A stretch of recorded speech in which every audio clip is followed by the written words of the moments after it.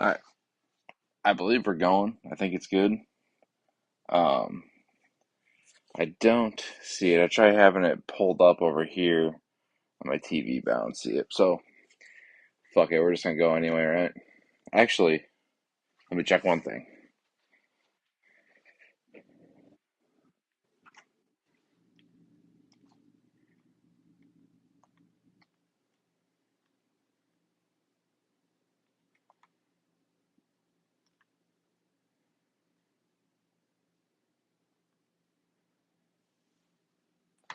All right, cool, cool, cool. We are good, ladies and gentlemen. Actually, probably should make for sure I can actually fucking hear myself. Actually, there we go. Hell yeah.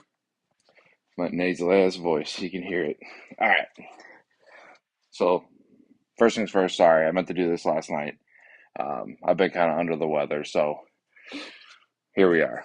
Um, I saw 81 movies last year.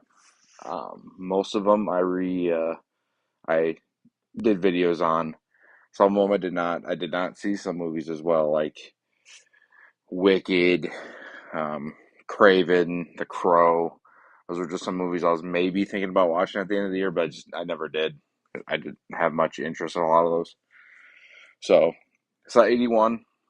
Um, Obviously 81 is the worst. Number one would be the best.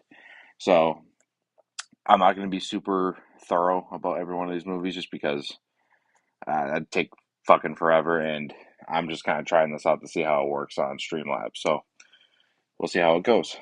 But we can start with, got them on a list over here. So we'll start with number 81 is the biggest piece of shit I saw this year, The Mousetrap. This is one of those, like the Winnie the Pooh, Blood and Honey that came out last year. It's like one of those. It's supposed to be Steamboat Willie as a horror villain. It doesn't work. It was easily the worst thing I've seen in maybe 5 to 6 years, somewhere like that. It was horrible. The kills were terrible. The acting was awful. Like at least something I can give Winnie the Pooh, Blood and Honey 2, which we'll see very soon on this list. At least it had gore. This didn't really have gore even. It was just kind of fucking, it was lame. It was like CGI shit. It was horrible. The only redeeming thing is I think the lead actress has something. She was actually kind of likable, but not a great actress, which is fun. It's like one of those things where it's like I kind of like her, but she's not a very good actress. But the movie's awful. It's the biggest piece of dog shit I saw this year. It really is. Number 80, Madam Web. Um, I didn't think this movie was going to be as bad as everybody was saying it is because usually people overhype shit like that. And when I went to see this movie, it is that bad. It's truly probably the worst comic book movie I've ever seen. There's no reason for it to be a thing. It's dumb. Half the movie seems like it was fucking chopped up into like pieces at different times.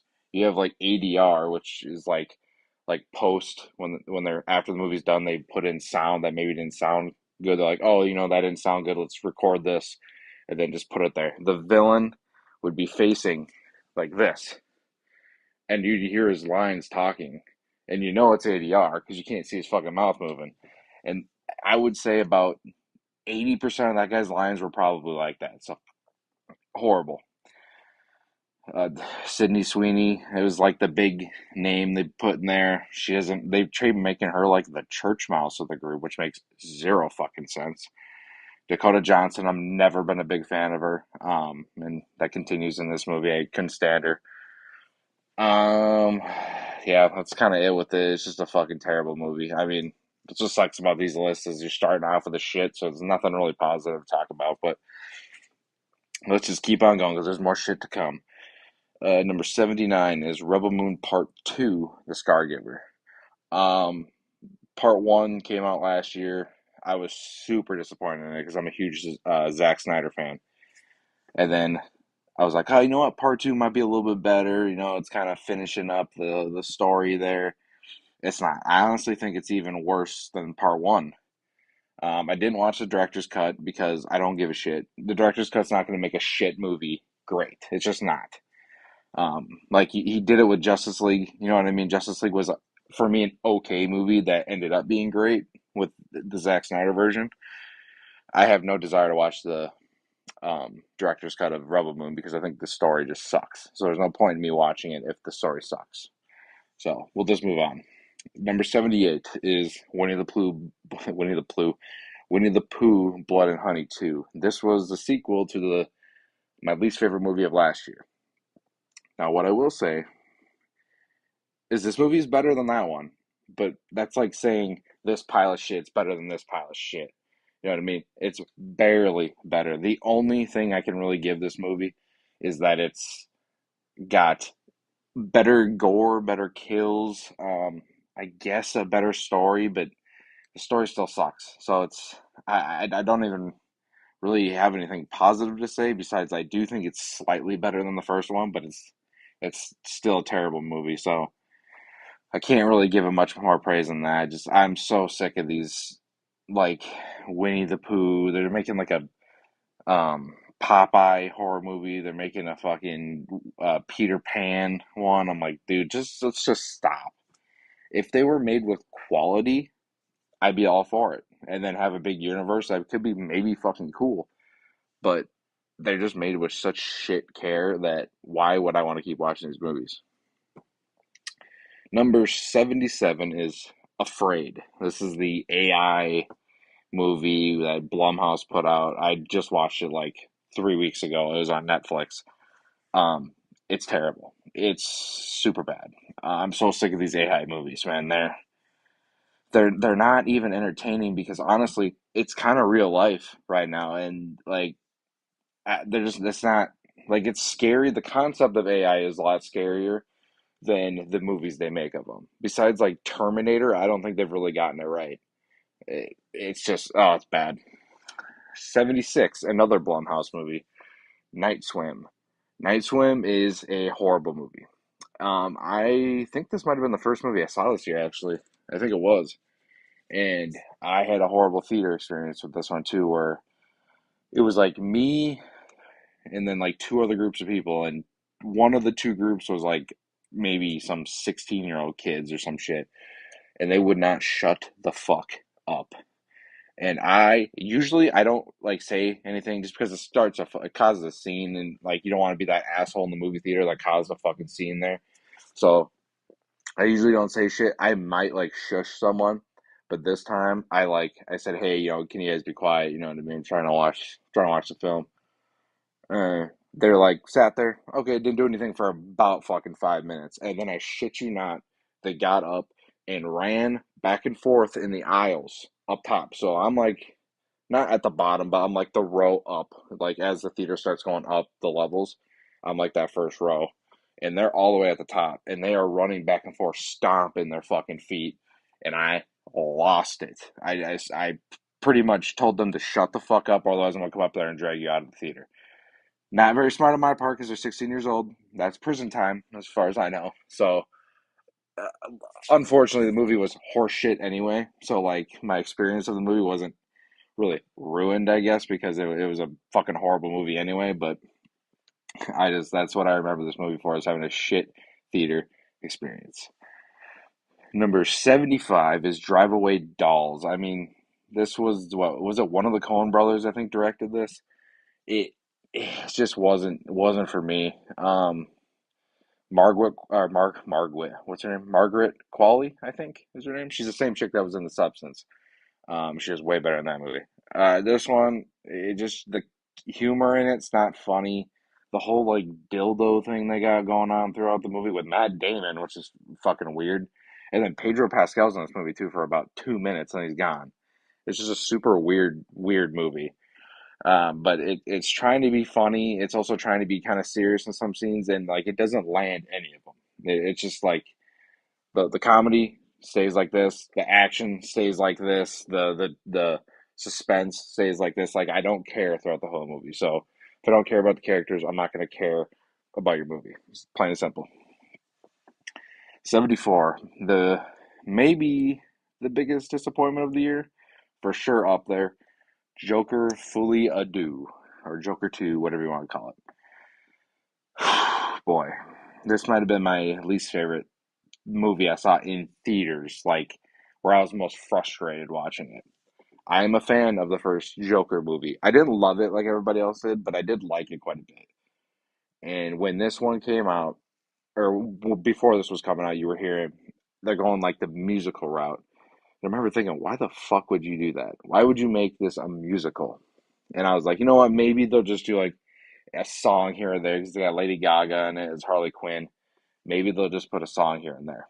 Nope, I was wrong. I don't even know how many songs are in this movie. What, seven or eight? Dude, it's like that. I didn't see Wicked. I assume there's probably just as many fucking songs in Joker 2 than there was in that. Horrible. Besides it being shot well, I can't give any positives to it. The ending is stupid. Obviously, I'm not going to spoil. I'm going to try not to spoil as much as I can in these movies, but some of them I'm going to go into more detail because otherwise I'm just like, oh, this movie sucks. This movie's good. So I'm not going to say the ending in this movie, but the ending sucked. I hated it. And there's a lot of fans of this movie. I don't get it. I truly don't. But there are a lot of fans of Joker. Fully ado. But not me. Number 73 is The Strangers Chapter 1. I am a fan of both of the other Strangers movies. The first one and then Pray at Night, which came out like, what, 5, 6 years ago. I'm a fan of both those movies.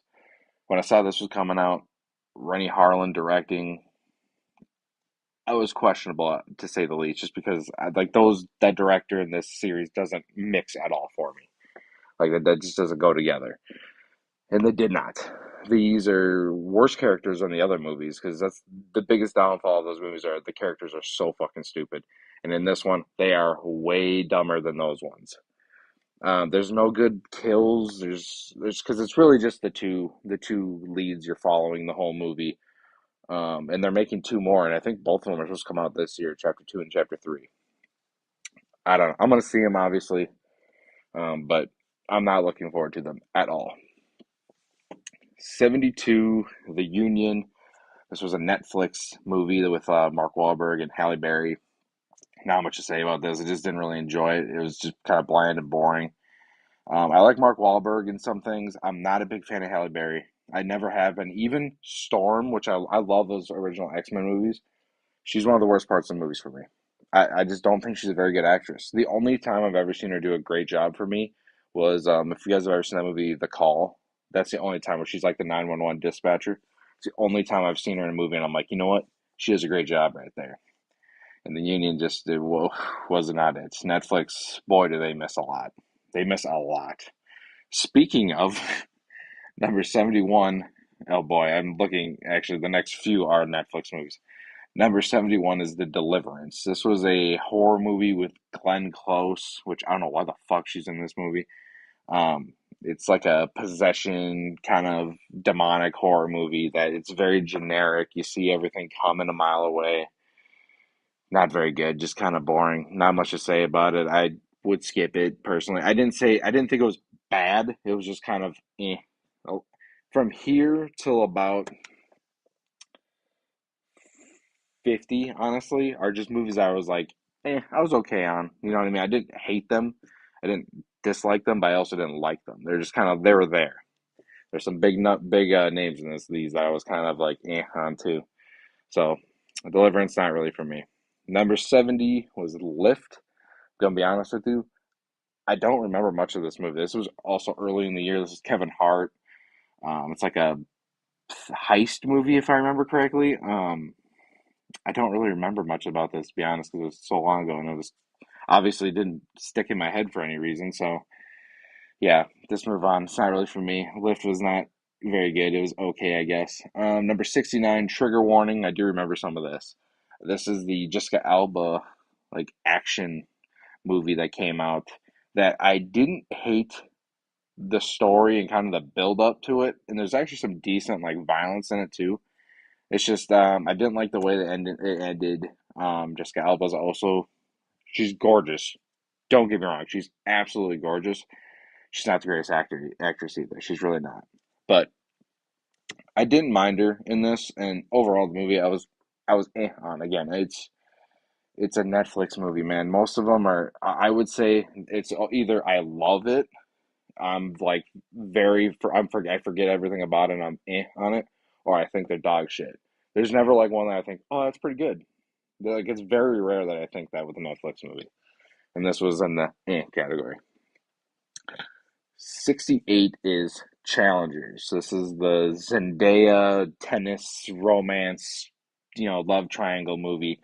I was actually kind of excited about this movie because I thought the trailers looked really good. Went to check it out. I don't get how people love this movie. Yeah, they want me to care about all three of these characters, when in my eyes, I think all three of them are fucking despicable. You got the one dude that's cheating with the gal. So you got a love triangle, right? You got a husband and wife. The wife is treating the husband like shit. The husband is treating the wife like shit. The buddy of the guy is fucking with the chick, so that makes her a fucking cheater as well. And he's a douchebag for ruining his friendship with his. But there's no likable characters in this movie. It's directed decently. You know what I mean? Like some of like the tennis scenes and the uh, it's just I don't understand how people like it. I truly don't, because like if I don't like a character, why would I want to sit there and watch what happens? Unless it's a horror movie. Sometimes you can have characters you don't like and they get fucking butchered, and you're like, okay, thank God that bitch is dead. You know what I mean? But not in this one. It's just that the ending also is very weird, and I've heard some people trying to be uppity about it, like, oh, if you didn't like the ending, you don't fucking get the movie. Fuck off, whatever. 67, Stream. This was the last movie I watched of the year. Um, this movie reminds me of the first Terrifier slightly, which because it has a lot of people that were involved in the Terrifier movies in it too. Um, it's okay. I definitely like the last 30 minutes more than the rest of the movie. The biggest problem with it is the acting.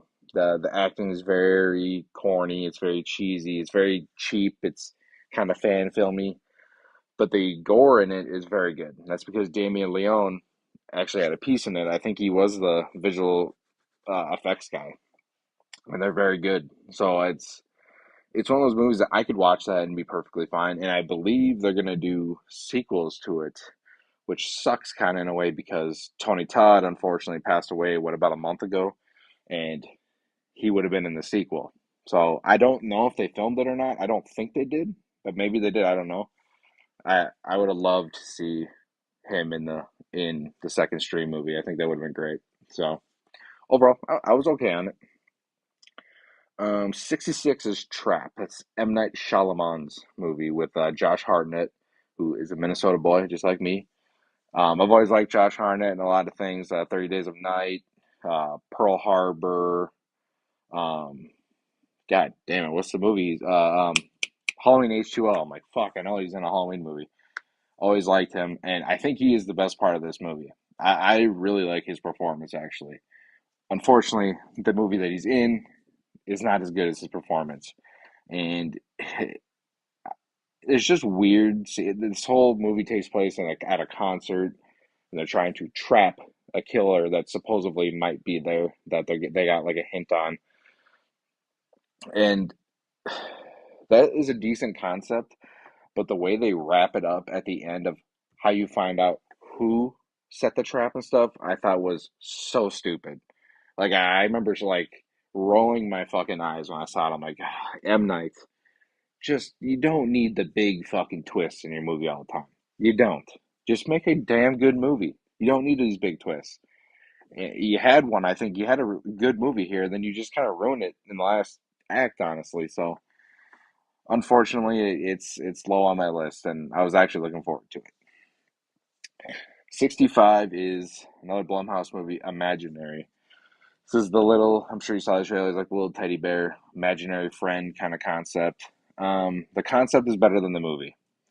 I didn't hate it. I've seen a lot of people that hated this movie. I I don't hate it. I think it's watchable. I could watch it and be okay with it. They just kind of it loses its staying power. It just doesn't like it doesn't take advantage of what it could have done. That last 30 minutes of that movie with the whole like going into like the imaginary land kind of thing, that was fucking I think that could have been cool. It's just they didn't really go that far with it. They just kind of poofed away. So Imaginary's okay, not a big fan of it. but also didn't hate it like a lot of people did. So a lot of people are gonna have that in like their bottom five, and I mean this is like in my bottom 20. Don't get me wrong, it's not high on my list, but it's okay. 64 is Shirley. This was a Netflix movie.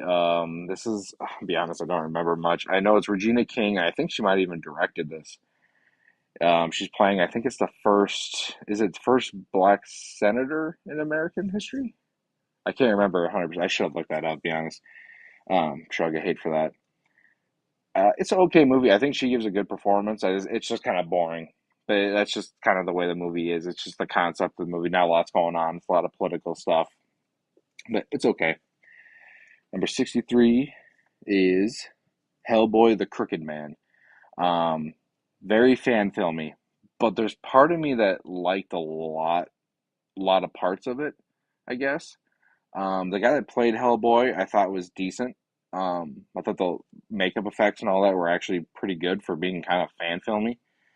The villain sucks. The villain is bad. The Crooked Man, it says in the title. He is bad. The action is not good. It's very fan filmy. But I think why I don't have it as low on this list is because like in my head I kind of think like, this was pretty cheap and I think they tried to do cool things with it and just they didn't have the budget for it. So I would actually wouldn't mind the person that directed it to maybe get another shot just with more money and see what they can do with another Hellboy movie, but I thought it was okay. 62 is Subservience. This is the Megan Fox movie that everybody was talking about for obvious reasons if you've seen it. It's another AI movie. Fuck, I hope this is the last one I gotta talk about. Um, it's okay. It's kind of goes more the um Fatal Attraction kind of, I mean that like suspense, but also like that erotic kind of feel to it. It's AI that looks like Megan Fox, and the guy's wife is in surgery at the hospital, and he's home alone. Obviously, some shit's gonna go down with that. Unfortunately, this is what our future is kind of looking towards right now is fucking sex robots. I mean, they look like Megan Fox. I mean, yeah, fuck it. I'm not even gonna go there. But it's an okay movie. It's all right. It's worth your time, I guess. It's not like you're not hating yourself watching it. It's fine. Number 61 is Love Lies Bleeding. This was one that I had recommended for me for a while. I think it's an A24 movie too. It is. Let me flip this. So I'm on the next page. It's. I like the first half of this movie when it doesn't get really trippy. So it kind of starts like a romantic relationship between. It's Kristen Stewart, and I don't know the other woman that played the lead. She's in. What is she in? She was in the latest season of Mandalorian, I know, and she's in something else I can't remember too. Was it Twisters? It might have been Twisters. And I think she's a good actress. Actually, it's just I like the relationship in the first half, the kind of the drug stuff, the lifting the weights and shit. I think that's all dope as shit, but it just gets really weird at the end, like really fucking weird. Like I had no idea where the fuck that came from, and it took me completely out of it. Might even like dropped it quite a bit for me. This might have been like bumped up like 20 spots for me if it didn't end the way it did. Drink break. Talked about like 20 movies now. I'm about a minute a movie. I gotta speed it up. Number 60, Argyle. This is also early in the year. I'm a big Matthew Vaughn fan. I love the Kingsman movies. Kick Ass is great. X-Men First Class is great. So I went with pretty high expectations with this. I was like Henry Cavill, Sam Rockwell. I'm not the biggest Bryce Dallas Howard fan, but I was like, this movie's gonna be great. Went and saw it. Didn't really like the concept of it. Didn't like the whole fact that it's like Sam Rockwell, Bryce Dallas Howard are in this part of the movie, right? The real world, and then Henry Cavill's in like this fictional world that she's writing books about. That's kind of supposed to be like Sam Rockwell's character. You know what I mean? It's just I don't know. It didn't work for me. It's probably my least favorite Matthew Vaughn film I've seen. But still okay. Like I could buy that movie and be all right with it being in my collection of a fuck ton of movies back here. but it is an all right movie. But I hope he does something more like I want another Kick Ass movie for one. Give me a Kick Ass 3 with Matthew Vaughn directing, not Kick Ass 2. So move on. 59 is Never Let Go. I watched this because if anybody knows who Cody Leach is, he's another YouTuber and he does that 31 on 31 every October. And they did one where it was New Breed, so it was it was a bunch of new horror directors in the movies they've made, and this was Alexander Aja, who made Crawl, that came out a few years ago, the crocodile alligator movie, whatever they are. And then he made Never Let Go, and this one I think the first half I liked, which is funny because I've actually seen some people say the quite opposite, where they've liked the second half more than the first half. I like the first half more than the second half. I think I think it's more entertaining. I think you're actually like wondering what's going on. You're questioning more, and then the second half kind of confuses you a little bit. It thinks you one way, and then the end happens. You're like, oh, well, was it the other way? So without spoiling anything, I can't really say anything about it, but it's an okay movie. 58 is Despicable Me 4. Not the biggest fan of Despicable Me movies, honestly. I went to this movie with my wife. This is probably her favorite movie of the year, all I fucking know. She loves these movies. And I don't dislike them. They're entertaining enough. This is probably my least favorite out of the bunch. But I don't got much to say on it because they're not really movies for me. But it's okay. Actually, sorry. Remember how I said Joker 2 might have been my most disappointing? I know I'm in most disappointing is now, and it's for sure Gladiator 2. What the fuck, man? Is Ridley Scott not able to make good movies anymore? Because I watched this with one of my buddies, and we're both huge Gladiator fans. We went into this movie, and it was like we knew it was gonna suck. Like 15 to 20 minutes in, we're like, "Oh boy, this is not gonna be good, is it?" The lead, I don't even know his name. Is it like something Mescal, right? The lead actor, Pedro Pascal's in the movie, but I think this guy's got like a similar name. Pedro Pascal's great in the movie. I wish he was the fucking lead, honestly. The main character's got no fucking charisma at all, especially when he's supposed to be the son of fucking Russell Crowe's character in the first one. No shot. Oh, let me check something here. Make sure my shit's all right. Hold on. We good. Um, yeah, it's you got dumbass scenes with like fucking sharks in the Colosseum. Show me in the history books where they said they had sharks in the fucking Colosseum in Rome. There's no chance they did. It's just the Denzel's character is not even that great. He was one of the parts I was excited about. The two fucking princes were annoying as fuck the whole movie. The ending sucks. You have this scene where there's two armies battling each other. Oh boy, what did he say? Mitch is in the chat now. He was ask him if the movie sucked because it kind of did. I mean, it's okay, I guess, but compared to the first one, that this movie's dog shit compared to that one. But at the end of this movie, you have two armies fighting each other, right? The fucking city of Rome is like fucking chaos, and fucking I don't even remember his name right now. The lead character comes fucking riding on a horse right through the enemy's army. And the enemy army never even looks at him. Fucking like, oh hey, there's the motherfucker right there we're looking for, and he goes to the middle and they have this fight, and then the movie's done. It's so disappointing. It's so disappointing. But whatever. I could rant about that movie for fucking hours, probably.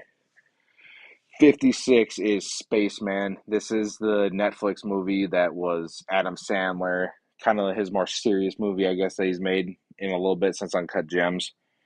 It's he gets stranded on this like space station kind of thing, and he's talking to this fucking big spider that fucking went into his airlock. It's weird. It's a very weird movie. I think he gives a good performance. I think Adam Sandler, when given the opportunity, can act. He can. He's not just a comedy guy. So I think he can do it. It's just this movie is just kind of forgettable for me. 55th, 55 is Atlas, which is a movie I've actually heard a lot of people shit on. And I was actually decently okay on this movie. I think it had decent effects for being a fucking Netflix movie. I don't love Jennifer Lopez, obviously. She's not the greatest actress either. But I thought it was all right. I thought there was decent action in it.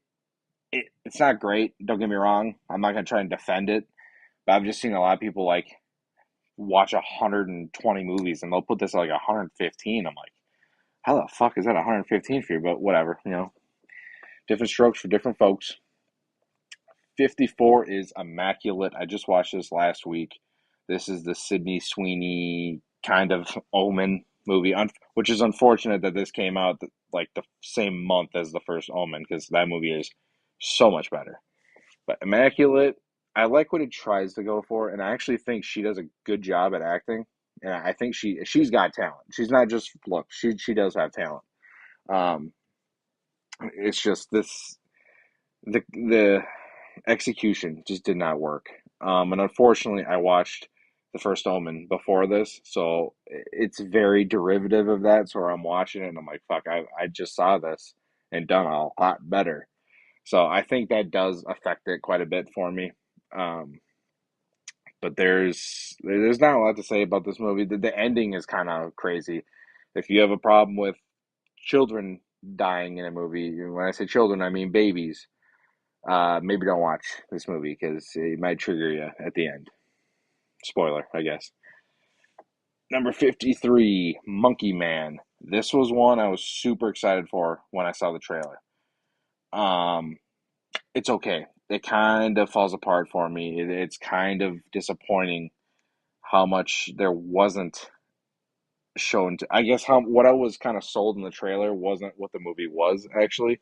It was kind of sold to me like it was going to be like a John Wick-esque kind of movie. With I can't think of his name. Fuck, what's his name? What's the main guy in this? Dave something. Can't remember his name. And it wasn't. It was kind of more serious. Like it was more serious than that. It was more drama filled than that.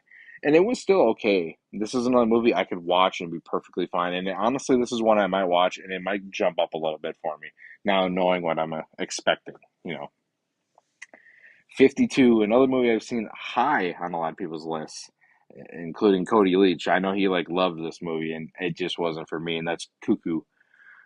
Cuckoo stars Hunter Schafer and she does a good job. I think she's actually a good actress. It's just eh, it's one of those like kind of usually A24, which I don't think they made this movie, but it's like one of those movies that's very like mind bendy, twists everywhere, and sometimes those movies hit for me, and sometimes they don't. And honestly, who knows what the fucking mood I was in when I watched some of these movies too. But Cuckoo just didn't fully work for me.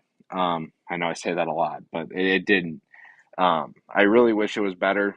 I really do. I wanted to like it more because I thought the trailer looked really good too. Isn't Hunter Schafer a man? Yes and no, I guess. Without getting canceled, I'm not. I refuse to answer that question. Um, uh, overall, it's an alright movie. I think I give it a 2.75, so it's damn near a 3 for me. Where I'd give it a positive rating. It just doesn't quite get there for me. 51, another one that's high on people's list, Long Legs. This is the Osgood Perkins movie with Nicolas Cage as a serial killer. Everything that I just said right there should have made me love this movie. And Micah Monroe's in it, and I've always loved what she's in too. But I don't love her performance at all. I think she's very wooden, and I think that's what they're trying to go for. I just don't know why you'd want to go that way because it's just kind of like boring to watch. Nicolas Cage is the best part of this movie.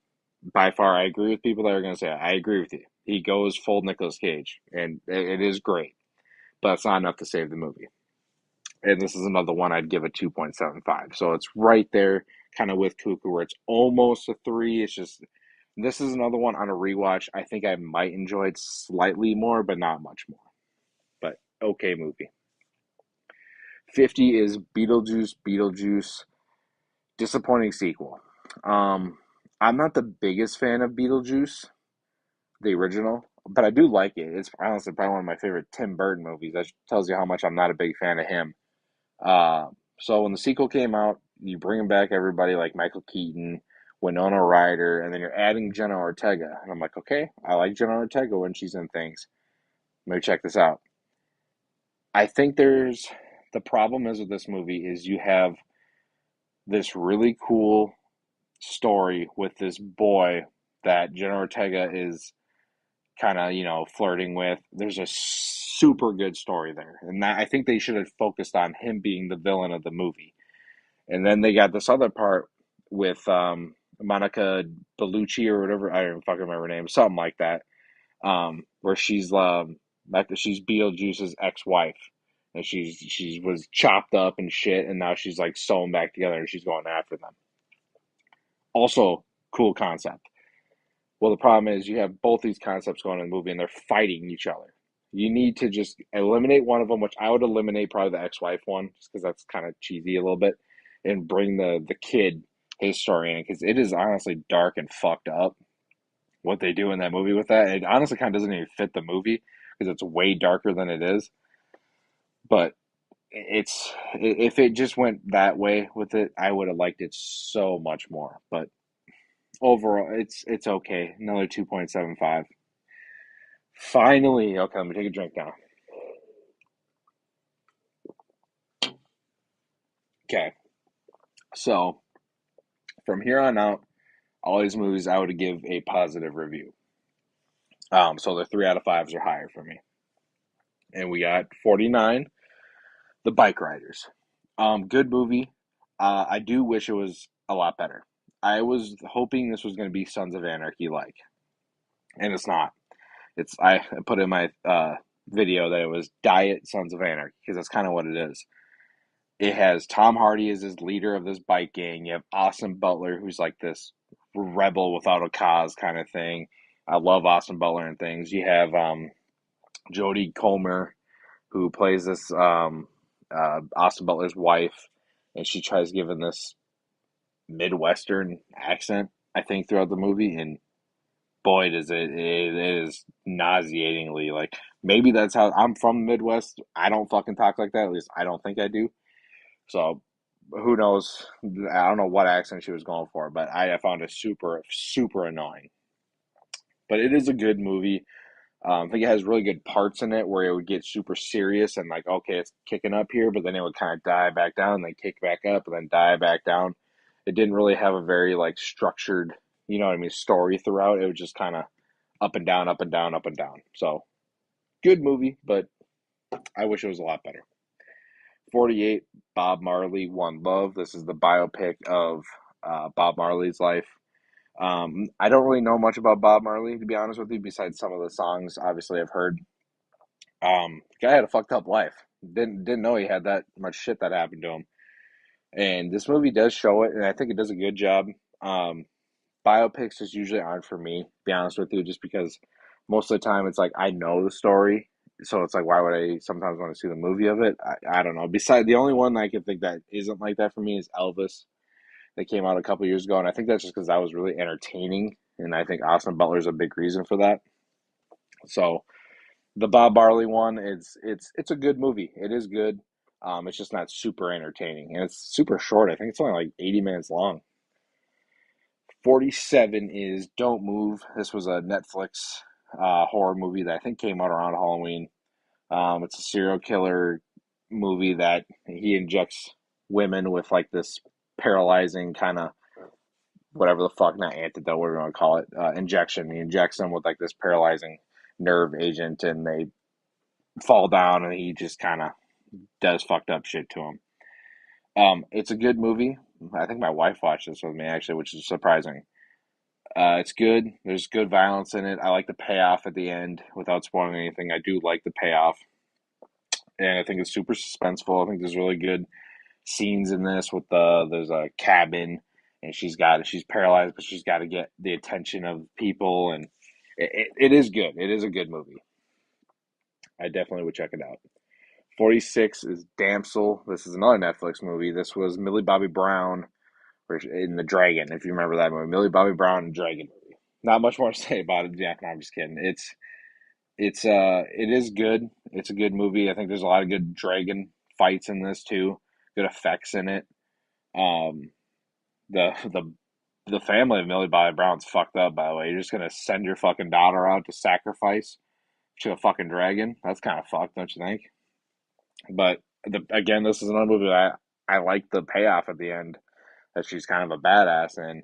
And I've seen a lot of people hate this movie, and I'm like, maybe I just have way different tastes than other people. Where if I'm just entertained, I'm halfway there most of the time. Like I prefer a movie that's entertaining and it's really fucking good. But this movie just it's like yeah, it was entertaining. You know what I mean? It wasn't long. It was only like an hour and a half. Passed my time nicely. I thought it was fine. 45. This was an odd movie to see in theaters, but this was In a Violent Nature. So this is how do I explain this? This is a story told through the eyes of a killer. So it shows if you guys have ever seen Friday the 13th, you know what I mean? That's pretty much what this is. It's Friday the 13th, but you're following the killer. So the killer's name was Billy, I think, right? Fuck. Was it Billy? Excuse me. I think it was. Whatever, it's not important. You follow the killer, you through his eyes. So there's a lot of walking in this movie. It never cuts. It never cuts away from his point of view. The camera's right here, and I'm the killer just walking. So when, say, he hears someone talking fucking 100 yards away, you will see him walk that entire 100 yards to get to the kill. It's kind of it's more interesting concept than it was in the movie. It was kind of like boring in the movie, obviously, because you're just seeing the guy fucking walk around everywhere. But the reason I gave this a 3 out of 5 is this might have the best kill I've ever seen in a horror movie. Maybe the best. I'll just say this. I'm not going to go into detail what it does. The yoga kill in this movie is maybe the best kill I've ever seen in a horror movie by far. Absolutely love that part of it. And there is other good kills too, and I think the look of the killer is really cool too. So it does have things going for it. I just think it's not very rewatchable, unfortunately. But we are getting a sequel. I think is it next year or this year? It's coming out soon. 44 is Sting. So the funny thing about this movie is this is one of my best performing videos I have. And I think it didn't get shit when I first released it, but dude, every time I look into my analytics, this gets views every week. Every week it just keeps going up and up and up and up. So it must have a fan base of some sort. Sting is it's pretty much how can I play? It's kind of it has like alien kind of feel where you got this little spider that drops down onto the planet through a meteor, kind of like Venom kind of way, drops down on the planet and it grows. The more it eats, the more it grows. And she names it Sting, like the sword from Lord of the Rings or The Hobbit, I guess technically. And there are scenes through this movie that this spider will be in like the air conditioning vents and shit, the kind of like the xenomorph and alien in the chutes, and it's got really good kills, really graphic shit in it. But again, the characters are so stupid in this movie, and they're so annoying that it dropped it quite a bit. It could have been a great movie if it had just one character for me to latch onto, and it just doesn't because I don't give a shit about any of them. It's the girl's so stupid too, like you got this fucking killer spider and you're still trying to like keep it. Like this thing just went and fucking killed the cat next door. You know it did, and you're gonna keep the fucking spider? Stupid. But it is a good movie. It is good. I need to buy that because that could be a fun watch once in a while. Number 43 is Smile 2. So I am a fan of the first Smile movie. So I was pretty excited about this one, and I like Naomi Scott too. I've always liked what she's been in. This was a little disappointing for me, just a little, because I think Naomi Scott gives one of the better performances of the year for me, actress wise. Um, it's just I don't think the movie merited it. Whatever. Fuck it. Is that a word? Merited it? Yeah, that's a word. Fuck it. Didn't deserve it. How about that? Is that better? Hold up. I need to wait to see if I connect back. Yeah, okay, we are. What the fuck was that all about? Fucking internet. Where was I at? I was talking about Smile too. That's right. Naomi Scott does a great job. Um, I think the first 2/3 of this movie, the first two acts, if you will, I think are very good. The final act is where I don't love it because it's very predictable. The ending is very predictable. I called it almost before I saw the movie. When I saw the trailers, I'm like, okay, well, it's probably going to end like this. And I'm sure other people did too. So it is good. I just wish this director has so much talent that he's honestly kind of my pick right now to do a Nightmare on Elm Street movie because I think he's that good. So that's kind of my pick that I want to do him. But this movie wasn't quite as good as the first Smile for me, but it's still a good movie. Still gonna buy it. Still gonna watch it once in a while. 42 is ISS or International Space Station. This was a January movie, I think last year, January, February, somewhere around there. And I went into it thinking this was not probably going to be very good because usually you don't get good movies in January, February. At least you never used to. And I actually had a pretty good time with this. It's short, but it's like it's got a lot of suspense in it, a lot of twists in it.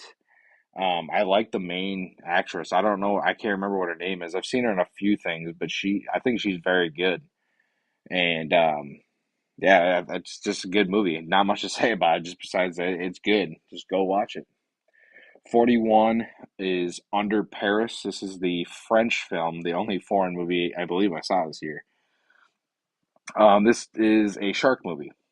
Obviously, it's French, so you either can watch it dubbed or I don't. I hate watching dubbed movies, so I'll watch subtitles. I'd rather have that. And I thought this was a pretty good shark movie.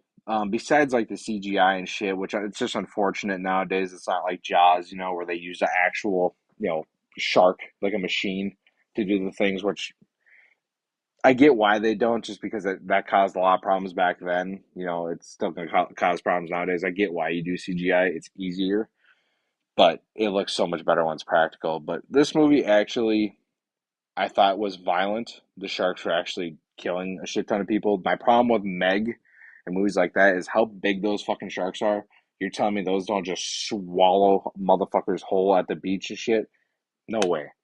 Where this movie has what? I think it had like 50 sharks in this little canal just fucking people up back and forth. And I was loving it. I was like, oh, this is entertaining as shit. Loved how it ended. It's another movie where I think it has like a 2 out of 5 on like Letterbox or some shit. I'm like, maybe it's just because I was French and I wasn't paying attention to the characters as much because I can't understand French. But I enjoyed it. I thought it was pretty solid. Probably one of the better shark movies I've seen in a little bit. All right, damn. Number 40 is Red One. Red One was a movie that was shit on before I saw it. So I was expecting it to suck. I enjoyed it quite a bit. I thought it was good. I'm not the biggest Dwayne Johnson fan. Not the biggest fan of him at all. I don't think he's a very good actor. I actually kind of like his older stuff than I do his new stuff. And I loved him as a wrestler too. So he just it doesn't work for me nowadays. He doesn't. But he worked for me in this movie, surprisingly enough. Him and Chris Evans, I thought had actually pretty decent chemistry. So when I saw that, I was like, you know what? Am I crazy that I like this movie? And then I talked to my cousin actually, and he was saying he's like, you only gave that a 3.25. He's like, I would give it like a 4. I'm like, oh damn, I didn't love it that much, but I thought it was good. Like this is a movie I would buy and I would watch this once in a while at Christmas. I think got good action in it. The worst part of the movie is the villain. What is that girl's name? Kieran Shipka or something like that. I think it's something like that. Um, I'm not the biggest fan of her a lot in movies that I've seen. So she was the villain, not that great. But other than that, I thought it was pretty solid. J.K. Simmons as Santa, I love J.K. Simmons. So give me in a movie as Santa, and I'm all in. Sure, yeah. Let me move this closer. I'm like fucking looking like an old lady reading this shit. 39 is Godzilla X Kong: The New Empire. Not a big kaiju movie guy, not a big, Godzilla, King Kong. Just not really my thing. I have not liked a lot of these movies that have came out, like Godzilla Kong, um, what was it, Kong Skull Island, Godzilla King of the Monsters. I actually liked the first Godzilla movie, that like 2014 one or whatever. I did like that one quite a bit, but I haven't really liked one until this one. This one did it right. Guess what? When you got Godzilla and Kong in a movie, you need to go kind of stupid. They went stupid with this, and it was entertaining. You had them fight like they were like fucking in a tag match in WWE, dude. I thought it was super fun to watch. They didn't make the characters, the human characters, they didn't make them the main point of the movie, which is what you should do. It's we're all here to watch Godzilla and Kong fuck up people.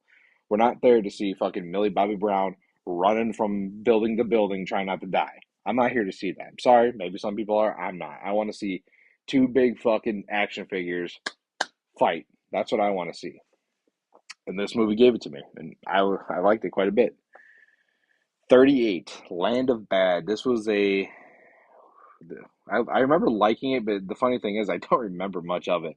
I remember I had Russell Crowe and I had Liam Hemsworth. That's right. It was a drone.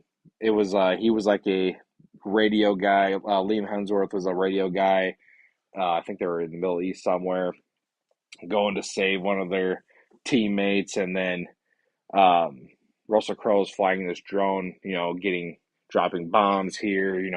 Getting surveillance for him. I think Russell Crowe is very good in this movie. Liam Hemsworth, not obviously he's the least talented Hemsworth brother, but I think he's solid in this movie. I thought it was pretty solid. It was good. I'm not saying a lot of things about it because I don't remember much of it, but I remember liking it, and that's what I remember about it. 37 is Mufasa, the Lion King. I saw this 2 weeks ago with my wife. It's a good movie, and the one thing I like about it is I'm a big fan of Lion King 2, Simba's Pride, that a lot of people kind of shit on, and I don't understand that. I have always liked the movie. Maybe nostalgia plays a factor into that I watched it when I was younger, but having Kiara in the movie, I loved that in the beginning. But it's a prequel. I'm not a big fan of prequels. I've said this numerous times on my channel. I just don't love prequels because they are answering questions I never was asking for. Always. Now, I do like the relationship between Mufasa and Taka, aka Scar. Spoiler alert. I like their relationship in this movie. Um, I think they should have focused on that more because the problem with this movie is it seems like it moves too fast. It seems like I don't believe that's how Scar became Scar. You know what I mean? Just because he didn't get some lion pussy, he's all of a sudden now he's just gonna fucking kill his brother over it. That's fucked up. You know what I mean? It's like, come on, man. Like I guess I always like pictured something a lot cooler on why he was evil. Or I'd rather have him like he was always kind of evil. Like maybe he was always just conniving son of a bitch, but he played it up to get to where he was in The Lion King. You know what I mean? So, but they don't give you that. Timon and Pumbaa are the worst parts of this movie. So it's told of Simba is going to find Nala in the beginning of the movie because Nala is pregnant, and then Kiara has to stay with Rafiki, Timon, and Pumbaa. And Rafiki's telling the story of her grandfather Mufasa. So it'll go to the Mufasa story, and then it'll cut back to real life or whatever present time with Timon, Pumbaa, and Rafiki. And Timon and Pumbaa would try to make these comedic moments that were the dumbest fucking things in the world. Like you would have to sit there, and Taka is the name of Scar. That was his actual name. And they're like, oh, who? I wonder if Taka turns into someone we know. Oh, that's weird. Who's Taka? Am I Taka? Like Pumbaa saying that. It's like, why would you say that? You fucking stupid. You're Pumbaa, obviously, you dumb fuck. You're not Taka. Was your name ever Taka when you were younger?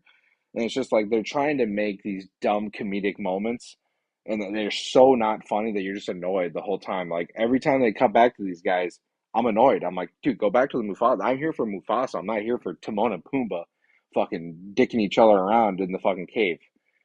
Move on from that. But it is a good movie. I think it had a ceiling and it wasn't very high for me. So good movie.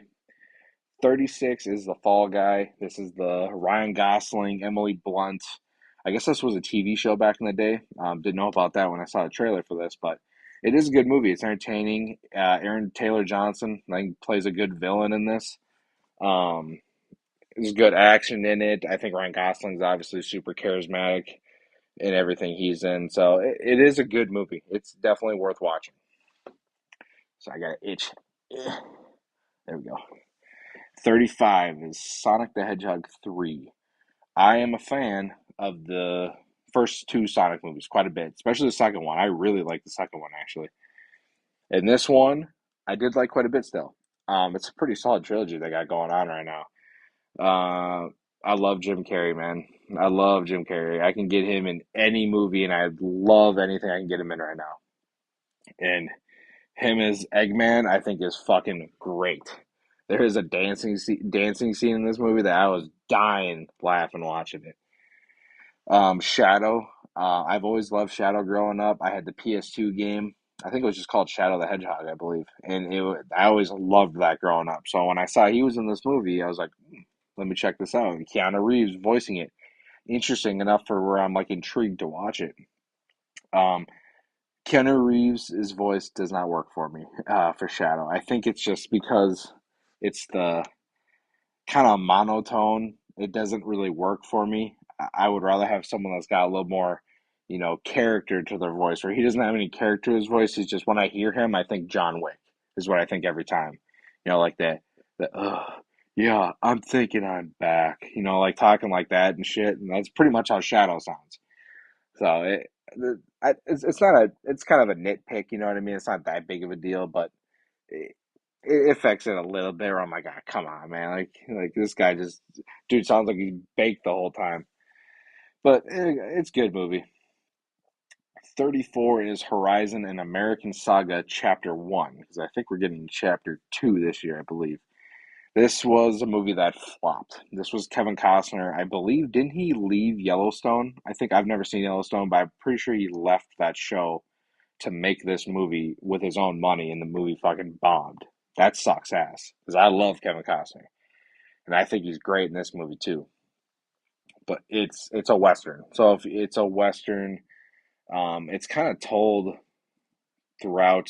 I want to say, is it couple hundred years? Because it shows like this patch of land and kind of what happens to this patch of land the whole time. There are some dark scenes in this movie. It gets dark for sure. But that opening fight, with like the burning the buildings down where the natives were attacking was awesome. I loved that shit. And then it kind of slows down because I think this movie was like 3 hours long. It was pretty long. It slows down, then it comes back a little bit. Ooh, something cool's happening, and then slows down the rest of the movie. And if it just kind of built slowly, slowly, slowly, slowly, it'd be so much better. It was just the fact that like it would go, boom, it'd shoot up and then drop back down, plateau, same thing. But good movie. It is good, and I'm pretty excited to watch the second one because I think it might be more what I'm looking for in the second one. 33 is Hitman. This is Glenn Powell. This is a Netflix film, I believe, too. This is kind of like a black comedy where he's a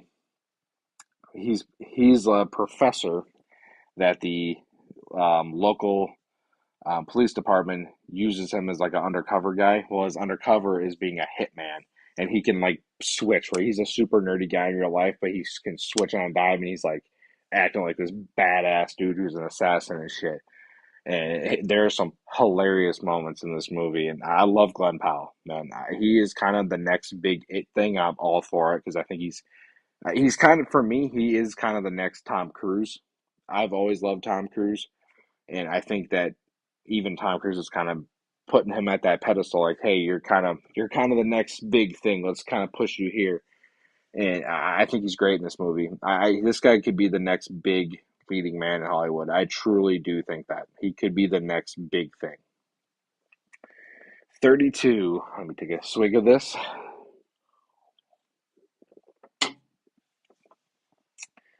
Nosferatu. Now, before I get hate, I have this at 32 out of 81 fucking movies. So there are a lot of movies below this list, and I did like this movie. I just didn't love it like everybody else did. This is a good movie. I'm just not a Robert Eggers fan. I'm not a fan of his movies. Like besides the Northman, really for me, I think The Northman is a really good movie, but even that has some parts I don't like in it, where it loses me. Where this one, it's hard to explain. There's parts of it I love. I love the character of Nosferatu, played by Skarsgård, Bill Skarsgård. I think he does a great job. Lily Rose Depp, I've never seen her in anything. I think she does a great job. Willem Dafoe, I think, does a great job. Uh, where I'm not the biggest fan of Nicholas Hoult in this movie. I don't think he's really it for me there. Aaron Taylor Johnson, I'm just not the biggest fan of him in general, to be honest. Besides Kick Ass, it's like the only movie I love him in. Um, it doesn't work for me. He puts Robert Eggers puts this weird shit in his movies. Where like the witch you had, remember in the witch he had like that weird moment where like the brother was like looking at his sister's tits. Do you remember that? And like they never really go back to that, and it's fucking weird. Like they did that, and then I never saw The Lighthouse, and I've heard that that's weird as shit too. But then The Northman, you got like the weird stuff of like the where they're in that cave and the fire, and they're like farting and shit, and that's like part of the ritual. It's just fucking weird, dude. He puts this weird shit in the movie that it just takes you out of the movie. And Nosferatu has that where it's got these like moments where it's like borderline uncomfortable to watch because of like the moaning and the fucking. There's a scene where they are like in this serious moment. Nosferatu is out there to fuck them up, and she's kind of like she's kind of possessed in a way. You know what I mean? Where he's like in her head. Nosferatu's in the Lily Rose Depp in her head, and she's like, "Oh, you've never fucked me like him," or whatever the fuck she says, and then Nicholas Holt's character grabs her, throws her on the fucking couch, and just starts going to town on her. I'm like, dude, there's a fucking vampire out there, and you're gonna what? You got fucking your ego got hurt that she said that, so you're just gonna fuck the shit out of her. That makes no fucking sense. It's just weird, dude. And I don't Robert Eggers. I don't know if anybody's ever met that dude or interviewed him. That guy's got to be a weird motherfucker. He's got to be a weird guy because he puts just the most odd shit in his movie. Now, it is good. I'll just end it there. It's good, but there's 31 movies I liked more than that. 31, Ghostbusters Frozen Empire. Now, being a fan of the Ghostbusters franchise overall, besides the shitty little reboot they made with Melissa McCarthy, who I can't fucking stand, I've liked all these movies. I love the first one. I like Ghostbusters 2. And then I loved, and that's my favorite one, Ghostbusters Afterlife. So this being a sequel to that one, I was super pumped. It did disappoint slightly. It is still here where it is because I liked it. It is good. I still would buy it. I still would watch it. If I did a marathon of them, I wouldn't skip it at all. Like I did enjoy this movie because I like the characters. I love Paul Rudd. Um, I love that you got the original Ghostbusters back in these movies. Um, I like what's his name from Stranger Things. I can't remember his name. Finn. That's his name. Finn Waldorf, right, or something like that. I think he's good. Um, McKenna Grace, I think that she's very good in these movies too. The villains, not the greatest in this. I will admit that. It's just a big ice monster. It's kind of the unfortunate thing. I think the reason why a lot of people are down on this movie is because Afterlife was so fucking good that everybody wanted it to be there, including me, and it just didn't quite reach that. So it is disappointing, but it's still good. You know what I mean? So like, I'm not gonna say it's a bad movie because it's not. It's a good movie. It's just not as good as the previous one. Oh God! Switch over. Switch over. All right, we got 30 to go. Hour, huh? Damn, time is flying. Number 30 is Roadhouse. The movie with Jake Gyllenhaal and Conor McGregor. Funny enough, Conor McGregor is a fucking riot in this movie because I think he's just playing Conor McGregor. He's a coked up fucking dude that wants to fight. I think that's who he is in real life. And Jake Gyllenhaal, I think, does a badass performance playing fucking what's his name, Dalton, playing Dalton in this, and I think there's great violence, really good fights. It kind of gets a little dumb in some scenes, but I'm okay with movies being dumb when they know that they're dumb. You know what I mean? Like when a movie is really stupid in some scenes, but it's taking it super seriously, it's like a downfall for me because it's like, okay, you don't even know the movie that you're in. Where this movie, they knew exactly what the fuck they were making. They were making this cheesy old school action, like kind of 80s movie because that's what Roadhouse was. And I think they did a great job with it. And it's unfortunate this movie did not go in theaters because I think it would have made money too. But I did like it. 29 is Rebel Ridge. This was a Netflix movie that came out, what, a couple months ago? I liked it quite a bit. This was super surprising for me because I did not think of anything of this movie until I saw the trailer like the day before I watched it. I'm like, ooh, that kind of looks good. Checked it out. And I liked it quite a bit. It's pretty much, if you've ever seen First Blood with Stallone back in the 80s, it's kind of a modern day take on that. Not exactly, but similar to it. And the main guy in this movie, I can't think of his name right now. I wish I had it down. He does a great job. He's badass, and he's another one that, man, we might be seeing him in some movies in the future here, and he might be a big star. But it's good. There are some twists in it, so I don't want to give a little bit away. But it's a really good movie. Check it out. It's on Netflix right now. 28 is The First Omen. So I already kind of talked about this. Where did I have Immaculate again? I had Immaculate at 54. So I have this almost half of that. So this is almost double the spaces is where that was. The First Omen is a great prequel. I will give it that because I am not, again, not a prequel guy.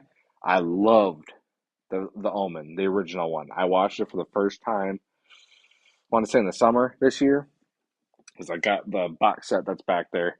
I was like, you know what? Let me watch it. And I watched that, and then I watched the second one. Second one, not so much. That one's not the greatest movie, but it's still okay. First one, great. So then when the first Omen, the prequel to the original, came out, I was like, ooh, okay. Let me check out the original, and then I'll watch that sometime in the future. Well, I just watched this right before Immaculate. It's great. It's very well. I don't want to say great. It's good. It's very good. Um, lead actress in this, I think, does a great job. There is some fucked up visuals in this movie. If you think you'd ever seen a pregnancy shown with a demon coming out of it, and I'm talking shown on screen, go watch First Omen because that like I remember like looking at it like, wait, are they? Is that what I thought it was? Yep, it sure was. That's a head I see in there. Holy shit! And not only that, you got like the demon possession shit at the end of this movie. You got the lady doing what they do in the original. The It was all for you. It wasn't Damien. It was what was her name? I can't remember her name. Where she jumps, she jumps, hangs herself, lights herself on fire. It's like holy fuck, that shit. It was graphic. The movie's just a super gory. It had the balls to go there, and I really enjoy when movies do that. So I really like that movie. 27 is Late Night with the Devil. One that I had heard a lot of good things about, and I don't even know. I'm not even gonna try to pronounce the actor's name, but he does a great job in this. Great job in this movie. He would be in my like top five performances of the year probably. Um, this movie is super good. I think whoever directed it did it in a really cool way. Of They directed it like as if you were watching it on TV back in the what 70s, 80s, whatever era it was. So like you'd be watching it like the kind of like the grain, like the film grain kind of on there, like the old school TVs. And then once it went to commercial, it would go to like behind the scenes of what was going on and seeing them like rush to go get shit done. Put makeup on, go get the next segment ready, and then boom, back to the TV. I thought it was great. The downside of this movie is the effects. I don't think they're not all bad. Like the worm scene, if you've seen it, the one where the guy's like tearing his stomach up and it's like a hallucination, and like worms are coming out. That was practical as far as it looked practical at least, and it looked great. But like the demon parts where the faces like would change and the teeth look, I was like, that does not look very good. You should have just stayed practical, and it would have been way way better. But damn good movie. I think I gave it 3.5. Enjoyed it quite a bit. 26 is Werewolves. I had a blast watching this in theaters. I'm a big Frank Grillo fan. And I What I like about this movie is the fact of it's like a purge movie. So if you've ever seen Purge Anarchy, which is the second one with Frank Grillo, that's what this is, but like with werewolves. And honestly, it even kind of gave me some vibes of Resident Evil. It gave me like Resident Evil 2 vibes when they're in the streets, they're dodging werewolves, they're going into this underground area. It was giving me like Resident Evil vibes. It really was. And I really had fun with it. The ending when very 30 Days of Night, which I love that movie. So I didn't mind. I've heard a lot of people use that as a negative. I didn't mind the ending. I thought that was cool. The only the biggest downside I have is the mom in this movie is maybe the dumbest character I've seen in a while because she would have a shotgun and the werewolves are outside her house. And she's sitting there yelling at them like as if she can hear them.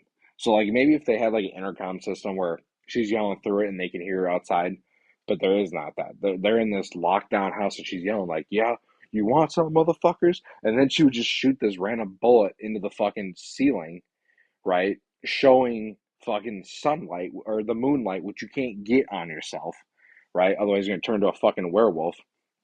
And it's she was just really dumb. But besides that, I didn't have a lot of negatives on this movie. It was just fun. It was a fun ride, and my theater was having a blast watching it too. It was a packed theater. I don't know how this movie did financially, but I did like it quite a bit. 25 is Inside Out 2. This is the Pixar Disney movie. So I didn't see Inside Out until the week before this one came out, and I looked practical. It did. Um, Inside Out 2, I saw this like a week after I saw the first one, and I liked the first one quite a bit, and I was like, ooh, okay, how are they gonna do a sequel to this? Okay, they make the girl now she's like a teenager, she's what like I think just getting into high school, right? She was like 14-ish, and I thought she was I thought it was great. I was very surprised I liked this movie as much as I did. I'm not a big Pixar Disney guy nowadays. I used to love them back when they made Toy Story, Monsters Inc., Incredibles. What else did they make? I wasn't a big Cars guy, but those were all right.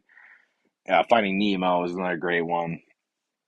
And I saw this, I'm like, damn, I'm kind of surprised I liked that as much as I did.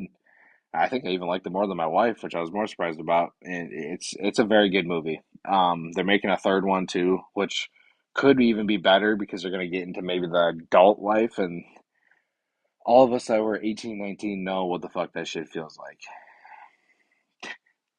Logan loves cars, does he? Let's show him like good movies, like I don't know, Finding Nemo or like fucking Toy Story or something. He'll like that way more. 24, I have Salem's Lot. This is the remake. I've never seen the original, still have not. So I watched this one. It was super surprising how much I liked this. This was a movie that was streaming on Max, and I saw it whenever because the last time they did this was it was that Pet Cemetery Bloodlines that came out last year, and I did not like that movie at all. So when I saw it was Salem's Lot trying it, and I was like, "Ooh boy!" and watched it. Man, vampire movies are back this year. They're just my comments are too vile for your chat. Oh, it doesn't let you say some shit, huh? That's kind of crazy. I try. Maybe I didn't edit my comments. Maybe you can't say some weird shit in here. I mean, I don't give a fuck what you say, but obviously YouTube does. Salem's Lot. It's got. I really like the main characters in this movie. The main two, and then actually the older guy is pretty cool too. There's good violence in this. I like the look of the vampires in these. I like a more violent kind of vampire, like 30 Days of Night, like this, over like Nosferatu, where that's more like old school Dracula. Like, I think it's more crazy if they're like almost like the zombie like, but they can fucking have super strength and shit like that. I think that's way more cool. And that's what this movie has. And that was damn good. Super surprised about that. 23 is Carry On. This is the Die Hard 2 ripoff, I guess you want to say. It's the best airport movie since Die Hard 2. I'll say that. It's damn good, damn good. I really like this movie, and this just came out recently. This is maybe another Christmas movie I'll watch once in a while, just like Die Hard, because Die Hard's a fucking Christmas movie. I'm not even gonna argue with that with people, because it is. This one is damn good. Oh God, why can't I think of his name? Kingsman Boy. Hold on, Kingsman Boy. What's your name? What's your name? What's your name? What's your name? Of course, your name's not fucking there. Hold on. Oh, I can't remember your name. I feel like it's the Taylor. The fuck's your name? Yeah, Taron. That's what it is. Taron Egerton. That's right. I think he does a great job in this. Fuck, that was embarrassing. He does a great job. Um, Jason Bateman as the villain is awesome in this movie. It's got really good action. This motherfucker runs back and forth at the airport a lot. Only part of this movie I wish it was a little more violent. It kind of does like PG-13 kind of like where a lot of cutaways, not a lot of blood and stuff. And sometimes I don't think you need it in movies, but I think it can add stuff and make it more kind of put more stakes on a movie. You know, when you see somebody get shot and it's like fuck, that person just got brains blown out instead of like shot and then you never see the guy again. You're just like, oh, okay, I guess he died. But very good movie. This might be one I watch very like every other year at Christmas. Maybe not every year, but maybe once in a while because my wife liked it too. I'm surprised she liked as many movies as she did this year. Honestly, she usually hates the shit I watch. 22 is Speak No Evil. This is the remake of like the was it? It was a foreign movie from a couple of years ago. James McAvoy does an amazing job in this. He is fucking terrifying in this movie and kind of jacked too. That dude got big out of fucking nowhere. Unless they did like camera tricks like they did with Tom Hardy as Bane, where they kind of filmed it looking up at him so he looked way bigger. If they didn't do that with this, then this dude got fucking yoked for it because he's a big son of a bitch in this. There's a lot of good. There's honestly a lot of good comedic moments in it, but it's kind of like dark comedic moments. The whole fucking Cotton Eye Joe scene that you've seen in the trailers and stuff is hilarious. How much of a dick he is in that scene. I was legit laughing in the theater, and I think I was the only one because I thought it was funny. I was like, dude, this guy's losing his shit, and it's hilarious. The parents are stupid as shit though. I think they're acted well. McKenna, no, what's her name? What's her Mackenzie Davis? She was like the person in Terminator Dark Fate. It's the only thing I know her from. I think she does a great job. I think the guy does a good job too. I don't remember his name, but he's in a lot of movies I've seen too. But they're just dumb. Like if that was your kid, you wouldn't go hang out with these people in a different country that you've met one time and trust them as much as you do. They're just real people. Just don't act like that. That's just stupid. You wouldn't do that, especially nowadays. You just wouldn't. You don't trust anybody if you don't. You know what I mean? Unless it's earned. But it is a well-made movie and it is good. It is a very good movie. I've never seen the original. I've heard it's a lot more darker than this one is, and this one goes pretty dark in some scenes, but it is good. Solid movie. 21. Okay, so from here on out, I gave these 3.75s or higher. So these next batch of movies were almost a great movie for me, but just missed. All right. So we'll start with 21, Kingdom of the Planet of the Apes. I love, well, you can see it right, oh fuck, right there. Yeah, tickling his nose. Right there is the newest trilogy of Planet of the Apes on 4K right there. I love all three of those movies. When this one was coming out, I was a little worried that Matt Reeves had nothing to do with this, but I'm okay with it because he's making the Batman movie. But I was a little worried because I'm like, "Ah, man, I love those last two movies so fucking much. What are they gonna do with this one? This one is nowhere near as good as those ones for me, but those are 5 out of 5 movies for me. This one's still damn good. And I think it's a good starting chapter, just like Rise was for this new trilogy, I believe, that they're doing. I cannot wait. I don't know how long it's going to take them to do it, but it blows me away how good the visual effects are in these movies. That these monkeys look real. They do. They look like they could be around right now, walking around. I like the human character in this movie too, because this is so Kingdom takes place. I don't remember how much longer after War for the Planet of the Apes. I think it's like hundreds of years. So humans obviously are not the top dog, big dogs anymore. Now it's the apes. You know what I mean? So it's kind of like the original Planet of the Apes more. And they do a cool thing where they make the human character like you think she can't talk, and then all of a sudden, bro, she can talk just perfectly fine. She's been playing it up this whole time. And I loved what they did with that. Loved what they did, and I like the villain too. I think he was great as well. Caesar, wasn't his name Caesar? I think it was King Caesar, right? I think it was. Yeah, it was a very good movie. I was pleasantly surprised that I liked it as much as I did. I'm super excited about what they're gonna do in the future. 20 is The Beekeeper. This was another January movie, I believe. This was last year. This is David Ayer. So he guys made like Fury. He made the shitty Suicide Squad movie I don't like. So I'm not the biggest David Ayer fan. This is by far my favorite movie he's made. This is Jason Statham in a. It's not really a spy movie, but it's more of like a underground assassin kind of movie where he's a beekeeper and shit happens that kind of puts him back, kind of like John Wick, I guess, in a little ways, like where something happens and now he's got to go back into the business and kill some motherfuckers. And boy, does he! And this movie is violent, and I love it. I love me some Jason Statham. So that made my top 20, man. And I don't own that yet. I need to buy that movie. 19 is Bad Boys Ride or Die. I am a big fan of the Bad Boys series. I love all three of those movies. This is my least favorite of the franchise, but again, that doesn't mean it's a bad movie because I love the first three, especially second one. Second one's always been my favorite. That's got some of the funniest lines I've heard in a movie. Like I quote that shit to this day, and I die laughing every time. And this one is not quite as funny. The action's not quite as good.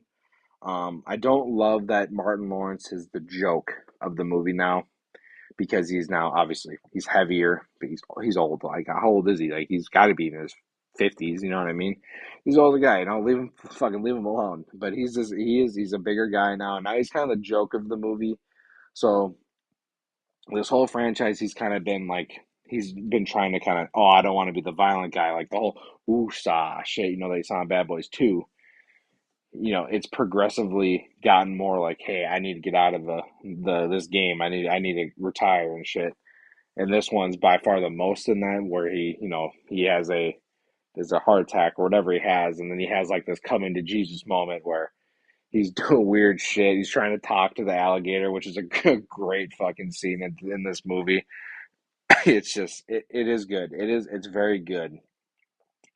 I had a blast watching it. It's not quite as good as the other ones, but still solid. And I will if I'm marathoning, I'm not skipping it. I'm watching it 100%. And Reggie, actually, I want to say that I'm not going to say anything if you've never seen it, but Reggie in this movie, if you know Reggie from mainly Bad Boys 2, but I think he was in the last one too, where he's this quiet dude, has a bad ass scene in this movie. Fucking badass. That alone, you should watch it for that. 18 is Lisa Frankenstein. I did not think I was going to like this movie at all when I saw the premise. I can't even say a fucking word now. Holy shit. When I saw what this movie was going to be, there we go. It is a rom-com horror comedy kind of situation going on. It's got one of the Sprouse brothers in it, and it's just like Catherine Newton, who I've seen her. Oh, you'll see her higher on this list actually in another movie, but I've never been the biggest fan of other movies I've seen her in. So I was like, ah, man, I don't know if I'm gonna like this. And I watched it. I was the whole time. I was like, dude, this is a damn good movie. You care about the characters. It's essentially it's it's not it's the Frankenstein story told more modern, I guess. Um, where she is in love with this dead guy. Well, he comes back to life. And I'm not gonna say how, but he comes back to life and now she's got to like dress him up in like modern day clothes and shit. He's obviously dead, so he smells. His fucking limbs are falling off and shit. And it's got some great comedic moments. And stuff happens in this movie later on, and I love how it wraps up. I thought this was a damn good movie. This is one I did not think I was going to like at all, and shit, it's in my top 20 of the year. Honestly, it's that's kind of crazy. Sorry, I was sick last night, and I'm getting sick, so we're trying to fight through. Hour and a half. All right, let's go. 17. A Complete Unknown. A Complete Unknown was a movie I just saw 2 weeks ago. It was the last movie I saw in theaters, maybe? No, no, Nosferatu was. So this was a movie right before Nosferatu I saw. I am from Minnesota, so obviously Bob Dylan's that big deal here. It's like him and Prince are like the two big deals. um, I do not know anything about Bob Dylan before this movie. I really didn't. Never cared. Like I've heard maybe one of his songs, but it just I don't know. It just didn't do much for me. The reason I went to see this was James Mangold made this. That's the director of my favorite comic book movie of all time, Logan. He made Walk the Line. He made Ford v Ferrari. He made The Wolverine, which is also a damn good movie. He's made some very, very good movies. 310 to Yuma is another one he made that's great. I saw he was in it, and I'm a big fan of Timothy Chalamet. So gave it a watch, and it is a very good movie. Man, Bob Dylan went through some shit too, man. It does hit you in the feels a little bit in some scenes. Um, but he's kind of also a shitbag. So I don't feel super bad for him in some moments because of him, like, cheating on his girl and stuff. Like, I get rock stars and shit did that back in the day. I get that. But that doesn't mean it's right, and that doesn't mean I'm going to like him for it. So, like, I see that in a movie, I'm like, ah, man, you're kind of a shitbag. But it is entertaining. The music is very good. The fact that he sang Timothy Chalamet sang all these songs is phenomenal. I can't believe he did that good of a job, honestly. Because I actually have listened to some Bob Dylan songs now after that the movie came out. Damn, he was spot on, dude. He was there. He hit it. Like you could have had them side by side sing, and I don't know if I'd be able to tell the difference, to be honest. So good on him. 16 was Boy Kills World. This was a movie. So AMC does these things called AMC Unseen, where you buy a ticket and you don't know what the movie's going to be. It's going to be a new release movie, but they don't tell you what it's going to be, and you see it like a week earlier than everybody else. So I went to see this, and I had no idea what it was going to be. And I saw Boy Kills World, and I remember seeing a trailer for it like a couple days before I went to this screening, and all I heard was if you've ever seen Arthur, have you ever watched not if you ever watched Archer, the movie or the show Archer, it's the voice from that. It's the main guy, his voice. I remember hearing it and I'm like, oh, what's that movie? And I looked over and I saw like, oh yeah, it's fucking up shit. I'm like, oh okay. Didn't think twice about it. And then I went to see this unseen screen thing and I had a blast with this movie.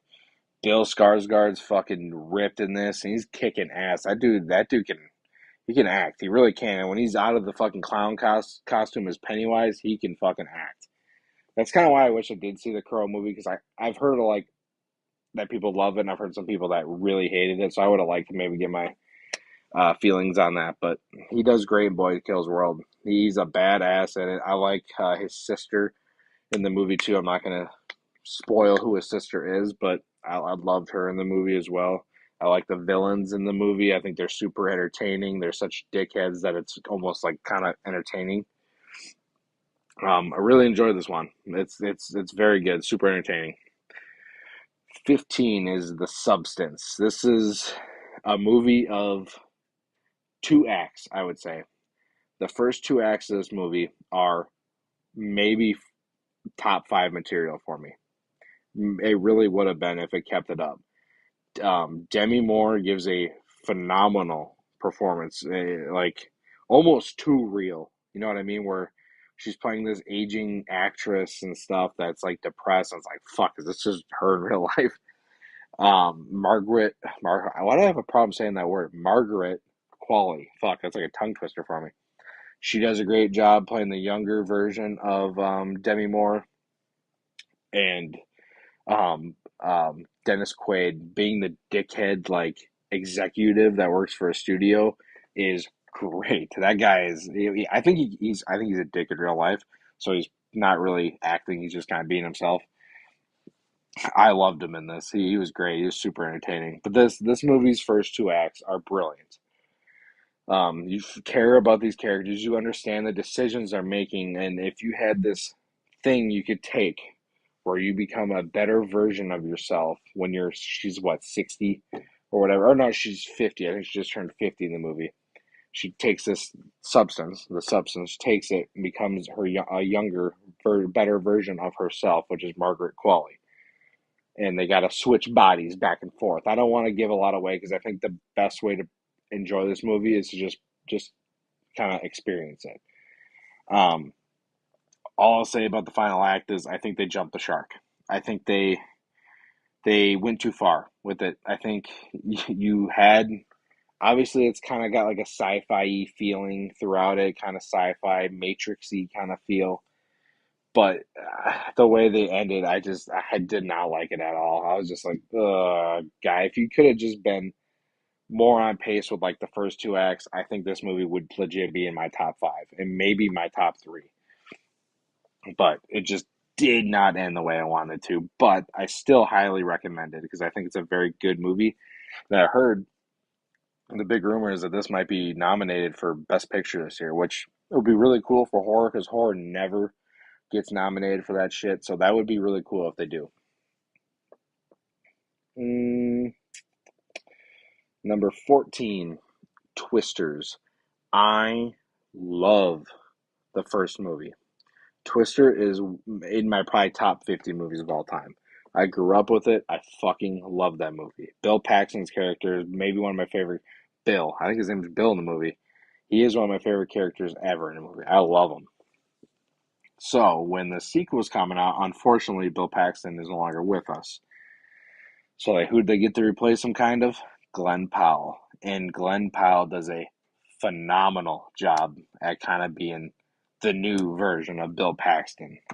And what's the main Daisy Edgar Jones? I think is her name. I think she does a really good job in this too. The whole honestly, the tornado part of the movie isn't even my favorite. I kind of just like all the character stuff building up to it because I think these two characters together have really good chemistry. One, Glenn Powell is just so charismatic and fun to watch that I don't even need the tornadoes in the movie. It's just all the shit around it is awesome. I love it. The ending gets a little fucking. If you ever seen Into the Storm, was another tornado kind of movie. It gets a little too much like that, where it's a little crazy with how big tornado is and how it's fucking up everything. But I digress. It's still a good movie. It's super entertaining. I really enjoyed it. 13, which might be my most surprising movie of the year because the trailers for this movie were so dog shit that I almost didn't go see it, but I did because I love the franchise, and that is Transformers 1. I really enjoyed this movie. I really liked it. And the trailers looked like shit for it. Like shit. They were that bad. Where you're going to go the animated route. I could see that working, but I'm not the biggest animated guy. So when I saw that, it was automatically like, I don't know if it's a great idea. And then I saw the voices like Chris Hemsworth as Optimus Prime. What? Like, that's not going to fit. The voice for Megatron, I'm like, that's not gonna fit. Scarlett Johansson, what the fuck? That's not gonna work. Bumblebee's Michael Keegan, like, I don't know if that's gonna work either. It did. It worked, man. Like the action, in this is great. The relationship between Optimus and Megatron, is really, really good, honestly. And you see how that relationship becomes how you become best friends and enemies. You know what I mean? You see how that happens, and I really enjoy how they did that. It's yeah. I don't know if we're gonna get sequels to this because I this movie unfortunately also bombed, and I think it bombed because of trailers. I think the trailers turned a lot of people off on this movie, unfortunately, and I understand that's not that directors don't choose the trailers. At least I think most times, like Christopher Nolan probably does and shit, but. That's just a studio. That's the marketing team. It's like you guys gotta draw people in to watch the movie, and then if they did, maybe we'd get more. But I don't think we're gonna get any more movies of Transformers just because they bombed. They haven't done well in a long time, so it's unfortunate. But I really did like Transformers One. Probably my most surprising movie of the year. Number 12 is Knox Goes Away. This was the most emotional movie, I think. Let me look. Yes, that I saw this year. Um, and there's reasons for that. So it's essentially it's this. He's not a hitman, but he kind of is, I guess. Michael Keaton plays a hitman that ends up getting this accelerated version of dementia, where it's dementia, but it's a lot faster. So he's like days he's losing. You know what I mean? Not like you're like, oh yeah, in a couple of years you're gonna not remember anything. It's like no, in like a week you're not gonna remember who your fucking son is. And that disease is probably the one that fucks me up the most, because I think that's the most sad disease to have, because like not being able to remember who your kids are, or like your mom and dad, or I think that's just fucking heartbreaking. I hate that.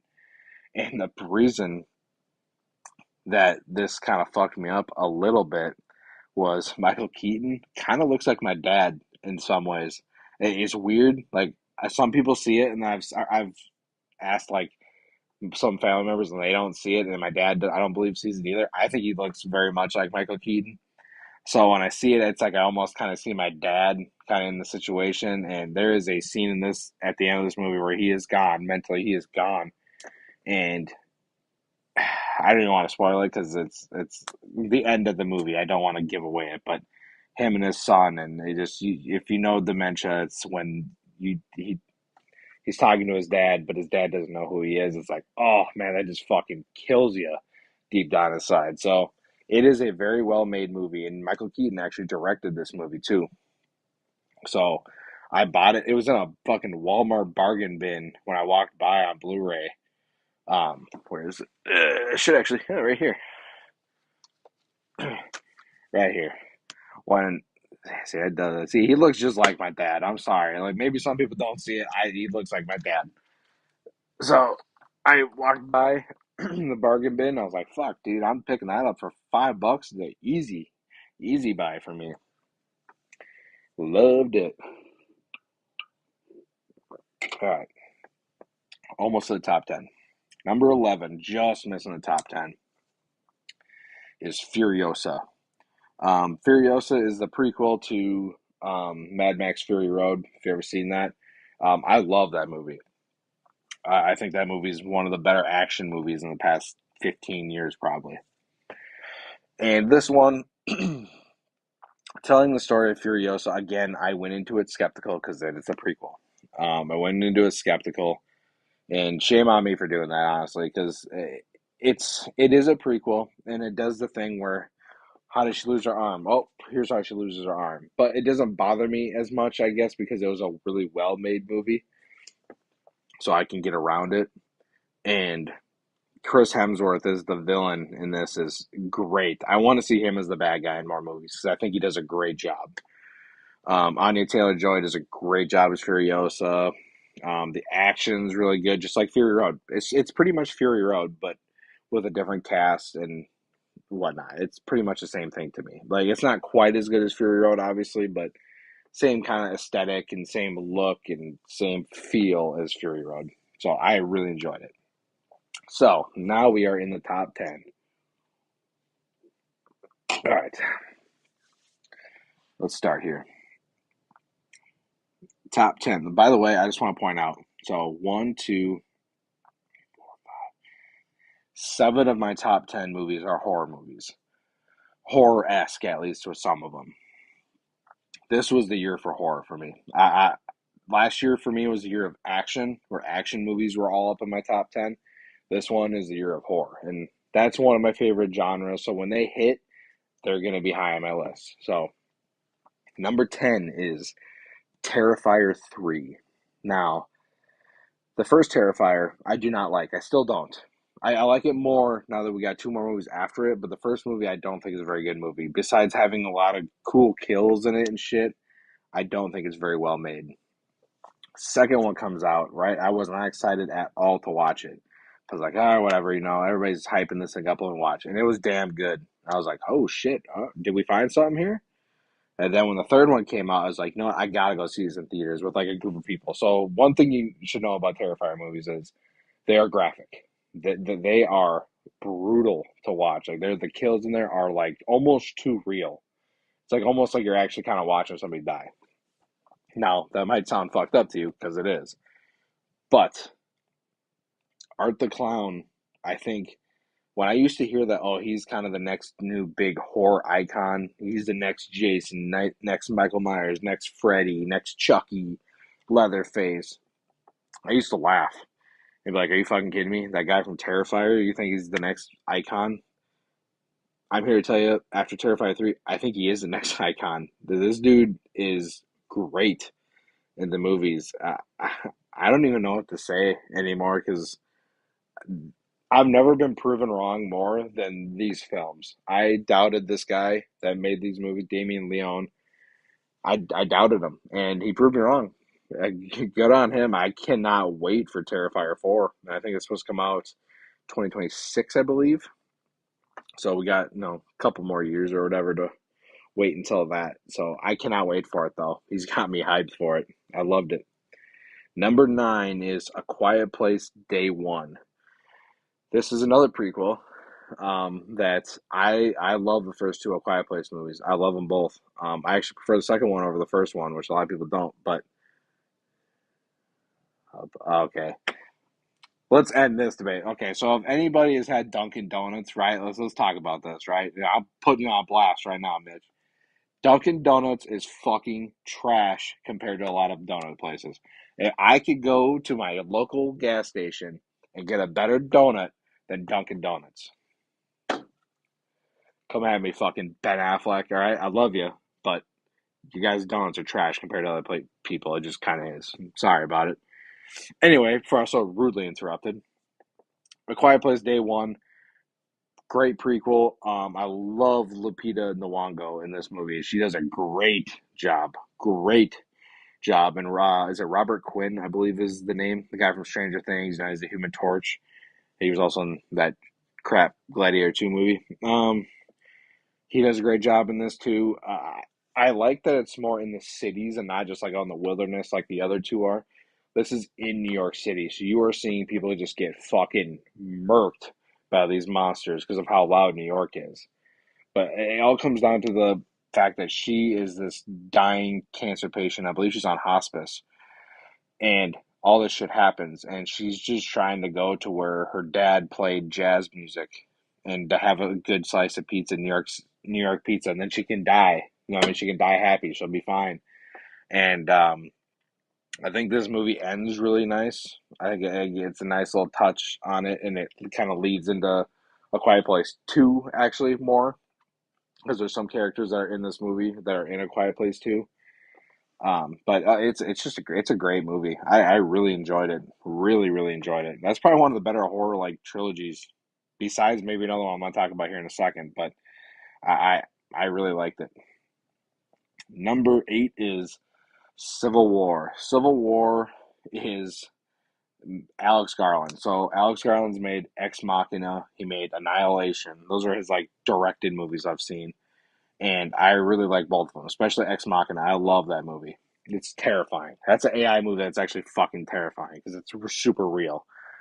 Um, and then he's written 28 Days Later, Dread, Sunshine. Like this guy's a great writer and director. So when I saw he was writing directing a movie about a civil war in this country, I was like, "Ooh, shit! I'm all in on that." Um, this movie's brutal. It really is. It's dark and it's real. Um, I think it's how a civil war would kind of pay this out. This is what would happen. Unfortunately, I think sometimes we're a little too close to this actually happening in this country because shit happens here and people want to fucking kill each other all the time, but that's just kind of what we do, I guess. Um, and I like that it doesn't get super political. So it doesn't really choose a side. It doesn't choose, oh, the Democrats are the bad people or the Republicans are the bad people. They never really tell you. I think I'm leaning towards the actually kind of telling you I think the Democrats are the evil in this movie, I think. Is kind of how I interpreted it. But who knows? They might, maybe not, because it's Hollywood. It probably was the other way around. But it was, I think it was a very good movie. The gal in this movie, the kid, I can't remember her name. She's in my other movie I'll talk about later. She does a great job in this. Kirsten Dunst does a great job in this. Who else is in this? Who else is in this? Oh, Ron Swanson. What's the actor's name? What's the actor's name? What is the actor's name? I can't even think of his name. Anyway, the guy who plays Ron Swanson from Parks and Rec is the president in this movie, and he's such a dickhead that I love it. It's great. It's definitely worth your time. It's not a super long movie, but it hits the points like boom boom. There's not a lot of slow parts. Like it's very good. Definitely a must watch. Number seven. Let me let me say this round. Number seven and six. I'm not going to say a lot about just because I don't want to spoil anything. I want you to just watch it and don't look up what happened, anything about it. Just go into them blind and watch them. So number seven is Strange Darling. Strange Darling is a phenomenal movie that I tried to stay away from any kind of spoilers with this and just go into it blind. And I did, and it's so much better when you go like that. Um, there are so many twists and turns in this movie that Kyle Gallner, or I think that's how you pronounce his name, right? He's great in this movie. He's kind of rising also on my list because he was also in the first Smile movie. Um, he does a great job. I don't know what the woman's name is, but she does great too. I'm not going to say anything else. Just please go watch this movie. It's so fucking good. Number six is Heretic. Heretic is another one where I saw the trailers and I was sold. I'm like, okay, it's a horror movie. It's kind of got that religious angle to it. I'll go see it. Boy, was it fucking great. Um, Hugh Grant, right now, in my eyes, should be win Best Actor of the Year, Best Acting Performance. That dude should have an Oscar for me locked up for this movie. He was phenomenal. The questions this movie makes you. So I am a religious person. I'm not a guy that goes to church every week and all that. You know what I mean? I'll say that now. I'm not a guy that goes to church all the time, but I do believe in God. I do believe in heaven. I do believe in hell.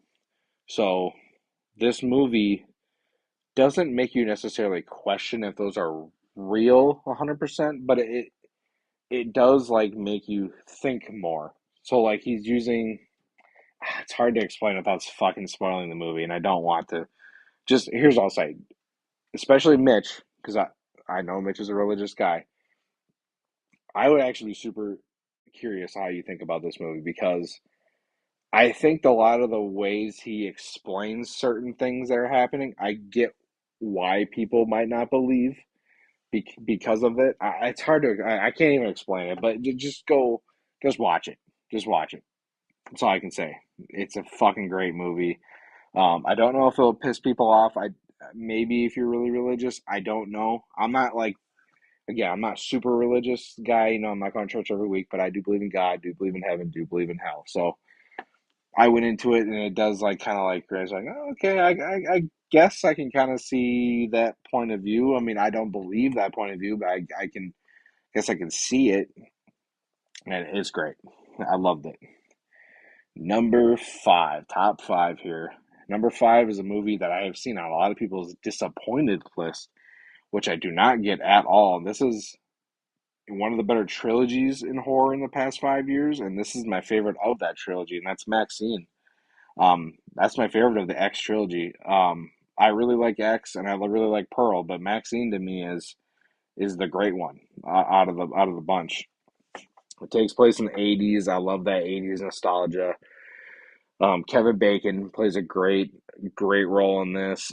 Mia Goth, man, she's the woman version of Glenn Powell for me, where you just put her in a movie and just let her act, and it's great.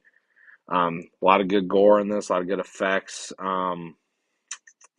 The whole set piece that's in the '80s brings a lot of cool things. So like they go to Hollywood. This is take place in Hollywood in the '80s, and they go to like is it Universal Studios or whatever, and they got the Psycho house there, and she's looking up, and in the window as she sees Pearl, just like in Psycho, the what's her name, Jamie Lee's mom looked up and saw the fucking Psycho or whatever, Mrs. Bates or Norman Bates in the window. So it's got really cool like if you're a big fan of horror, it's got really cool callbacks like that in it.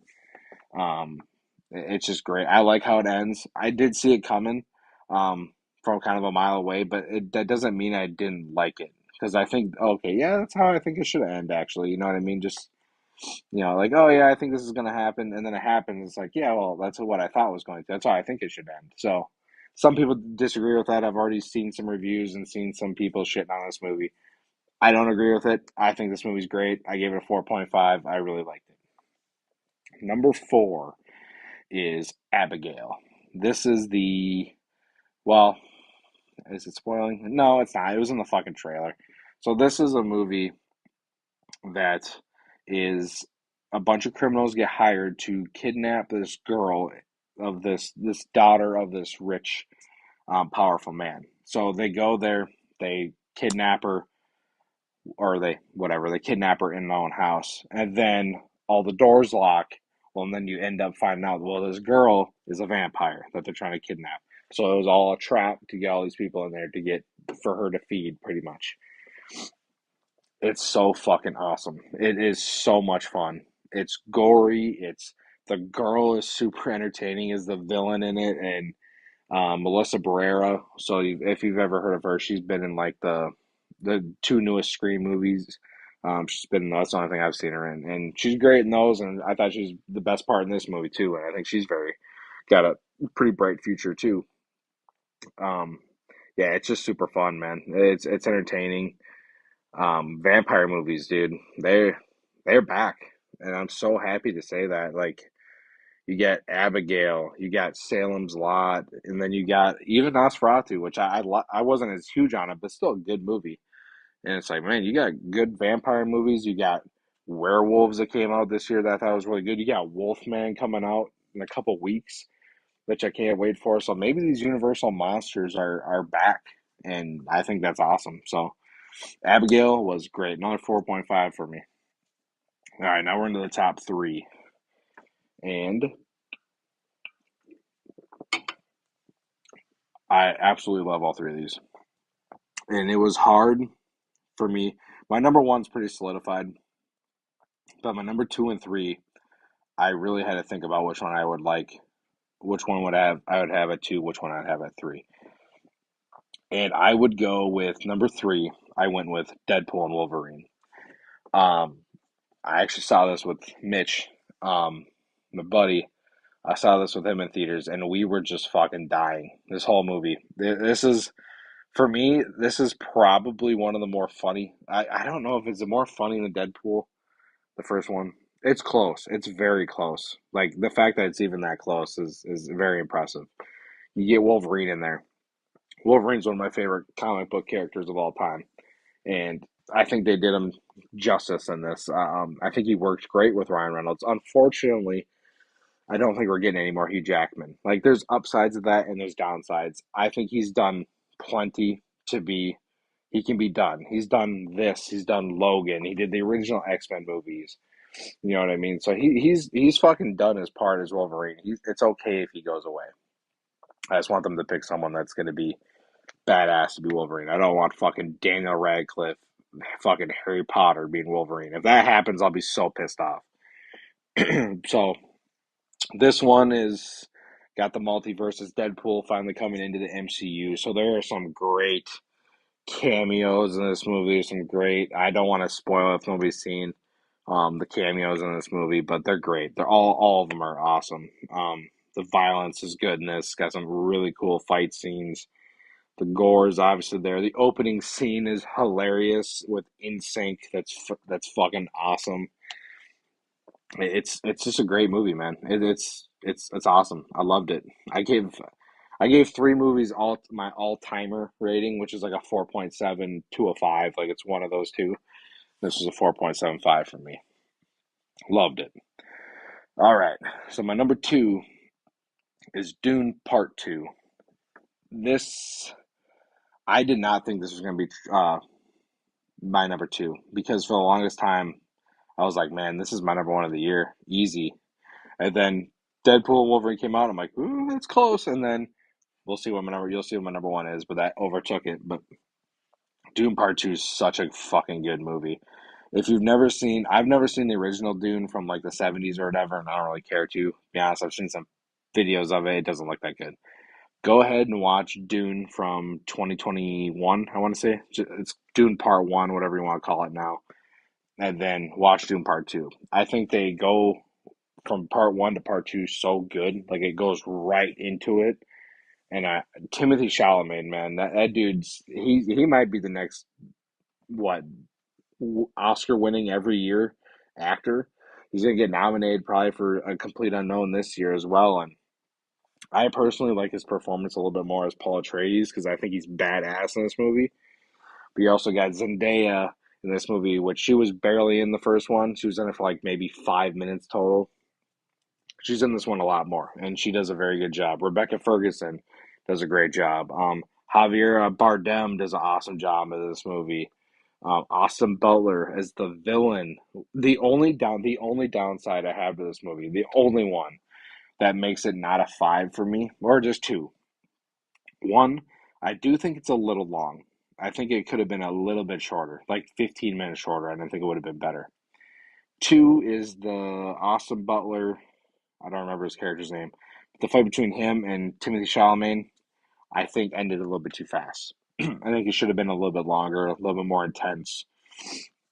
And it just kind of ended, and I was like, "Yeah, okay." I kind of wish I would have, built up a little bit more, and but it still was badass. It was still cool. Just wish we got more of it. But it's a great movie, man. Like it's one of the better sci-fi movies I've seen, and since Star Wars has been dropping the ball for years now, this is kind of the one that's taken their place. And I don't even fucking care about Star Wars right now, to be honest with you, when it comes to film wise. So Dune's kind of the one that took the ball and started fucking running with it. But all right, now to end it, I'm gonna round out about 2 hours, man. That is time flies.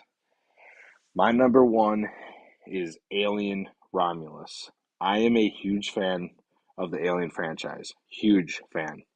I love Alien, and Aliens is in my top 10 movies of all time. I fucking love that movie.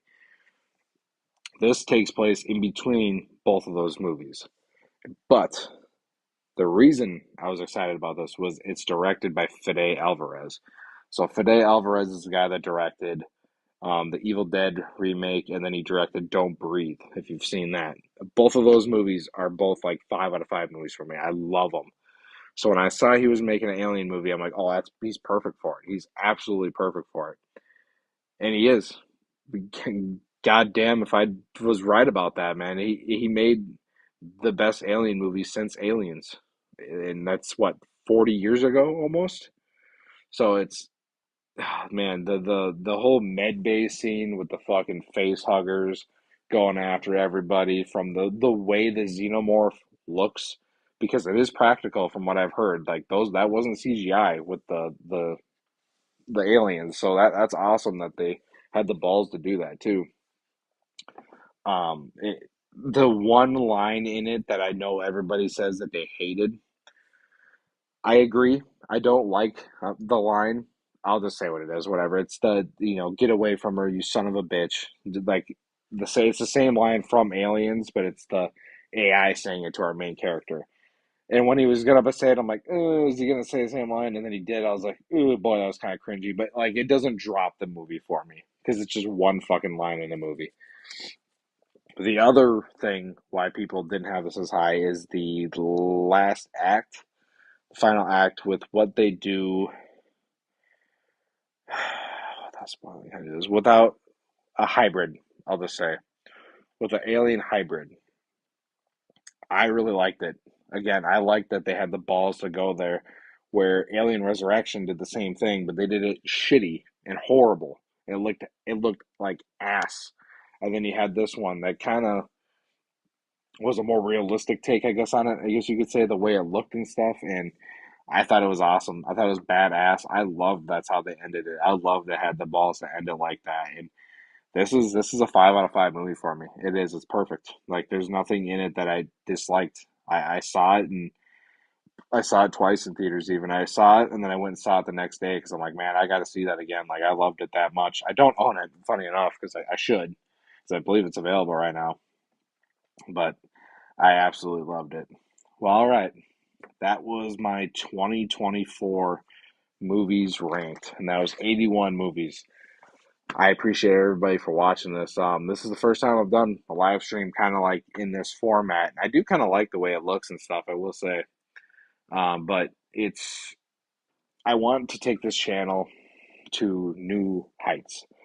I'm not probably going to go away from the shorts, all around. I just kind of want to wean out of it a little bit and get into more longer form content because I think that's more where I can build my fan base and build my subscribers and because from the people I have that are subscribed to me, I really like. Obviously, I love the interactions we have, but with shorts, you're only getting 60 seconds of my thoughts, and sometimes I can ramble, dude. Yeah, fuck, you've probably seen. I can ramble on movies. I really can. So these big movies, like Gladiator 2, that I had a lot to talk about, I could have that where I do a live stream and we can sit there and talk about and bullshit about the movie. And even I can put my buddy on here. You know what I mean? He's into movies as not quite as much as me, but he likes a lot of the same stuff I do, especially when it comes to like Marvel and DC and Star Wars. I know we're very similar on Star Wars, so maybe I'll talk to him and see if he wants to jump in on some of these discussions. But I love talking movies, guys. I love video games. I love movies. I love TV.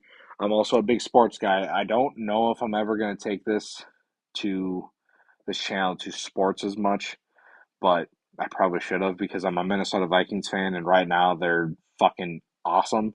So maybe I should have to take advantage of that, but it's just I'm not as passionate about that as I am with movies.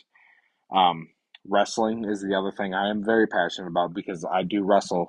For those that don't know, I do pro wrestling, so it is something I'm very passionate about, and I have a lot of knowledge in, and I can give my takes on a lot of things. So I am thinking about doing that. But I mean, I'm already rambling. This has been 2 hours, but I I love doing YouTube. I think it's fun. I'm not doing this for money. I'm not planning on making money off this. I do this because I think it's fun. I think it's cool to get your thoughts out there and have interactions with people, and people can tell you to fuck off, or they can say, "Oh yeah, 100% agree with you." You know what I mean? Or I disagree with you, but I liked it for this, this, and this. And it's like that's how the conversation should be happening. It shouldn't just be, "Oh, you're a fucking idiot. You didn't like this." I'm like, all right, well, guess I'll just fuck off then. Boy, trolls, trolls, trolls, trolls. I I don't know. I don't know. We're gonna see how this year goes. I have a lot of high hopes. I doubled my subscriber count in the last year. I went from I think more than double. I think I started at like 36 and I'm at 77 right now. So I'm very happy with that. Where that is right now. My goal for next year was 200. So my goal for the end of 2025 is to hit 200 subscribers, and I think that's feasible. I think we can get there. So we're gonna try my damnedest to get there, and we'll have fun on the way to it. So I appreciate everybody for watching. Stay tuned for the next video, whatever that will be.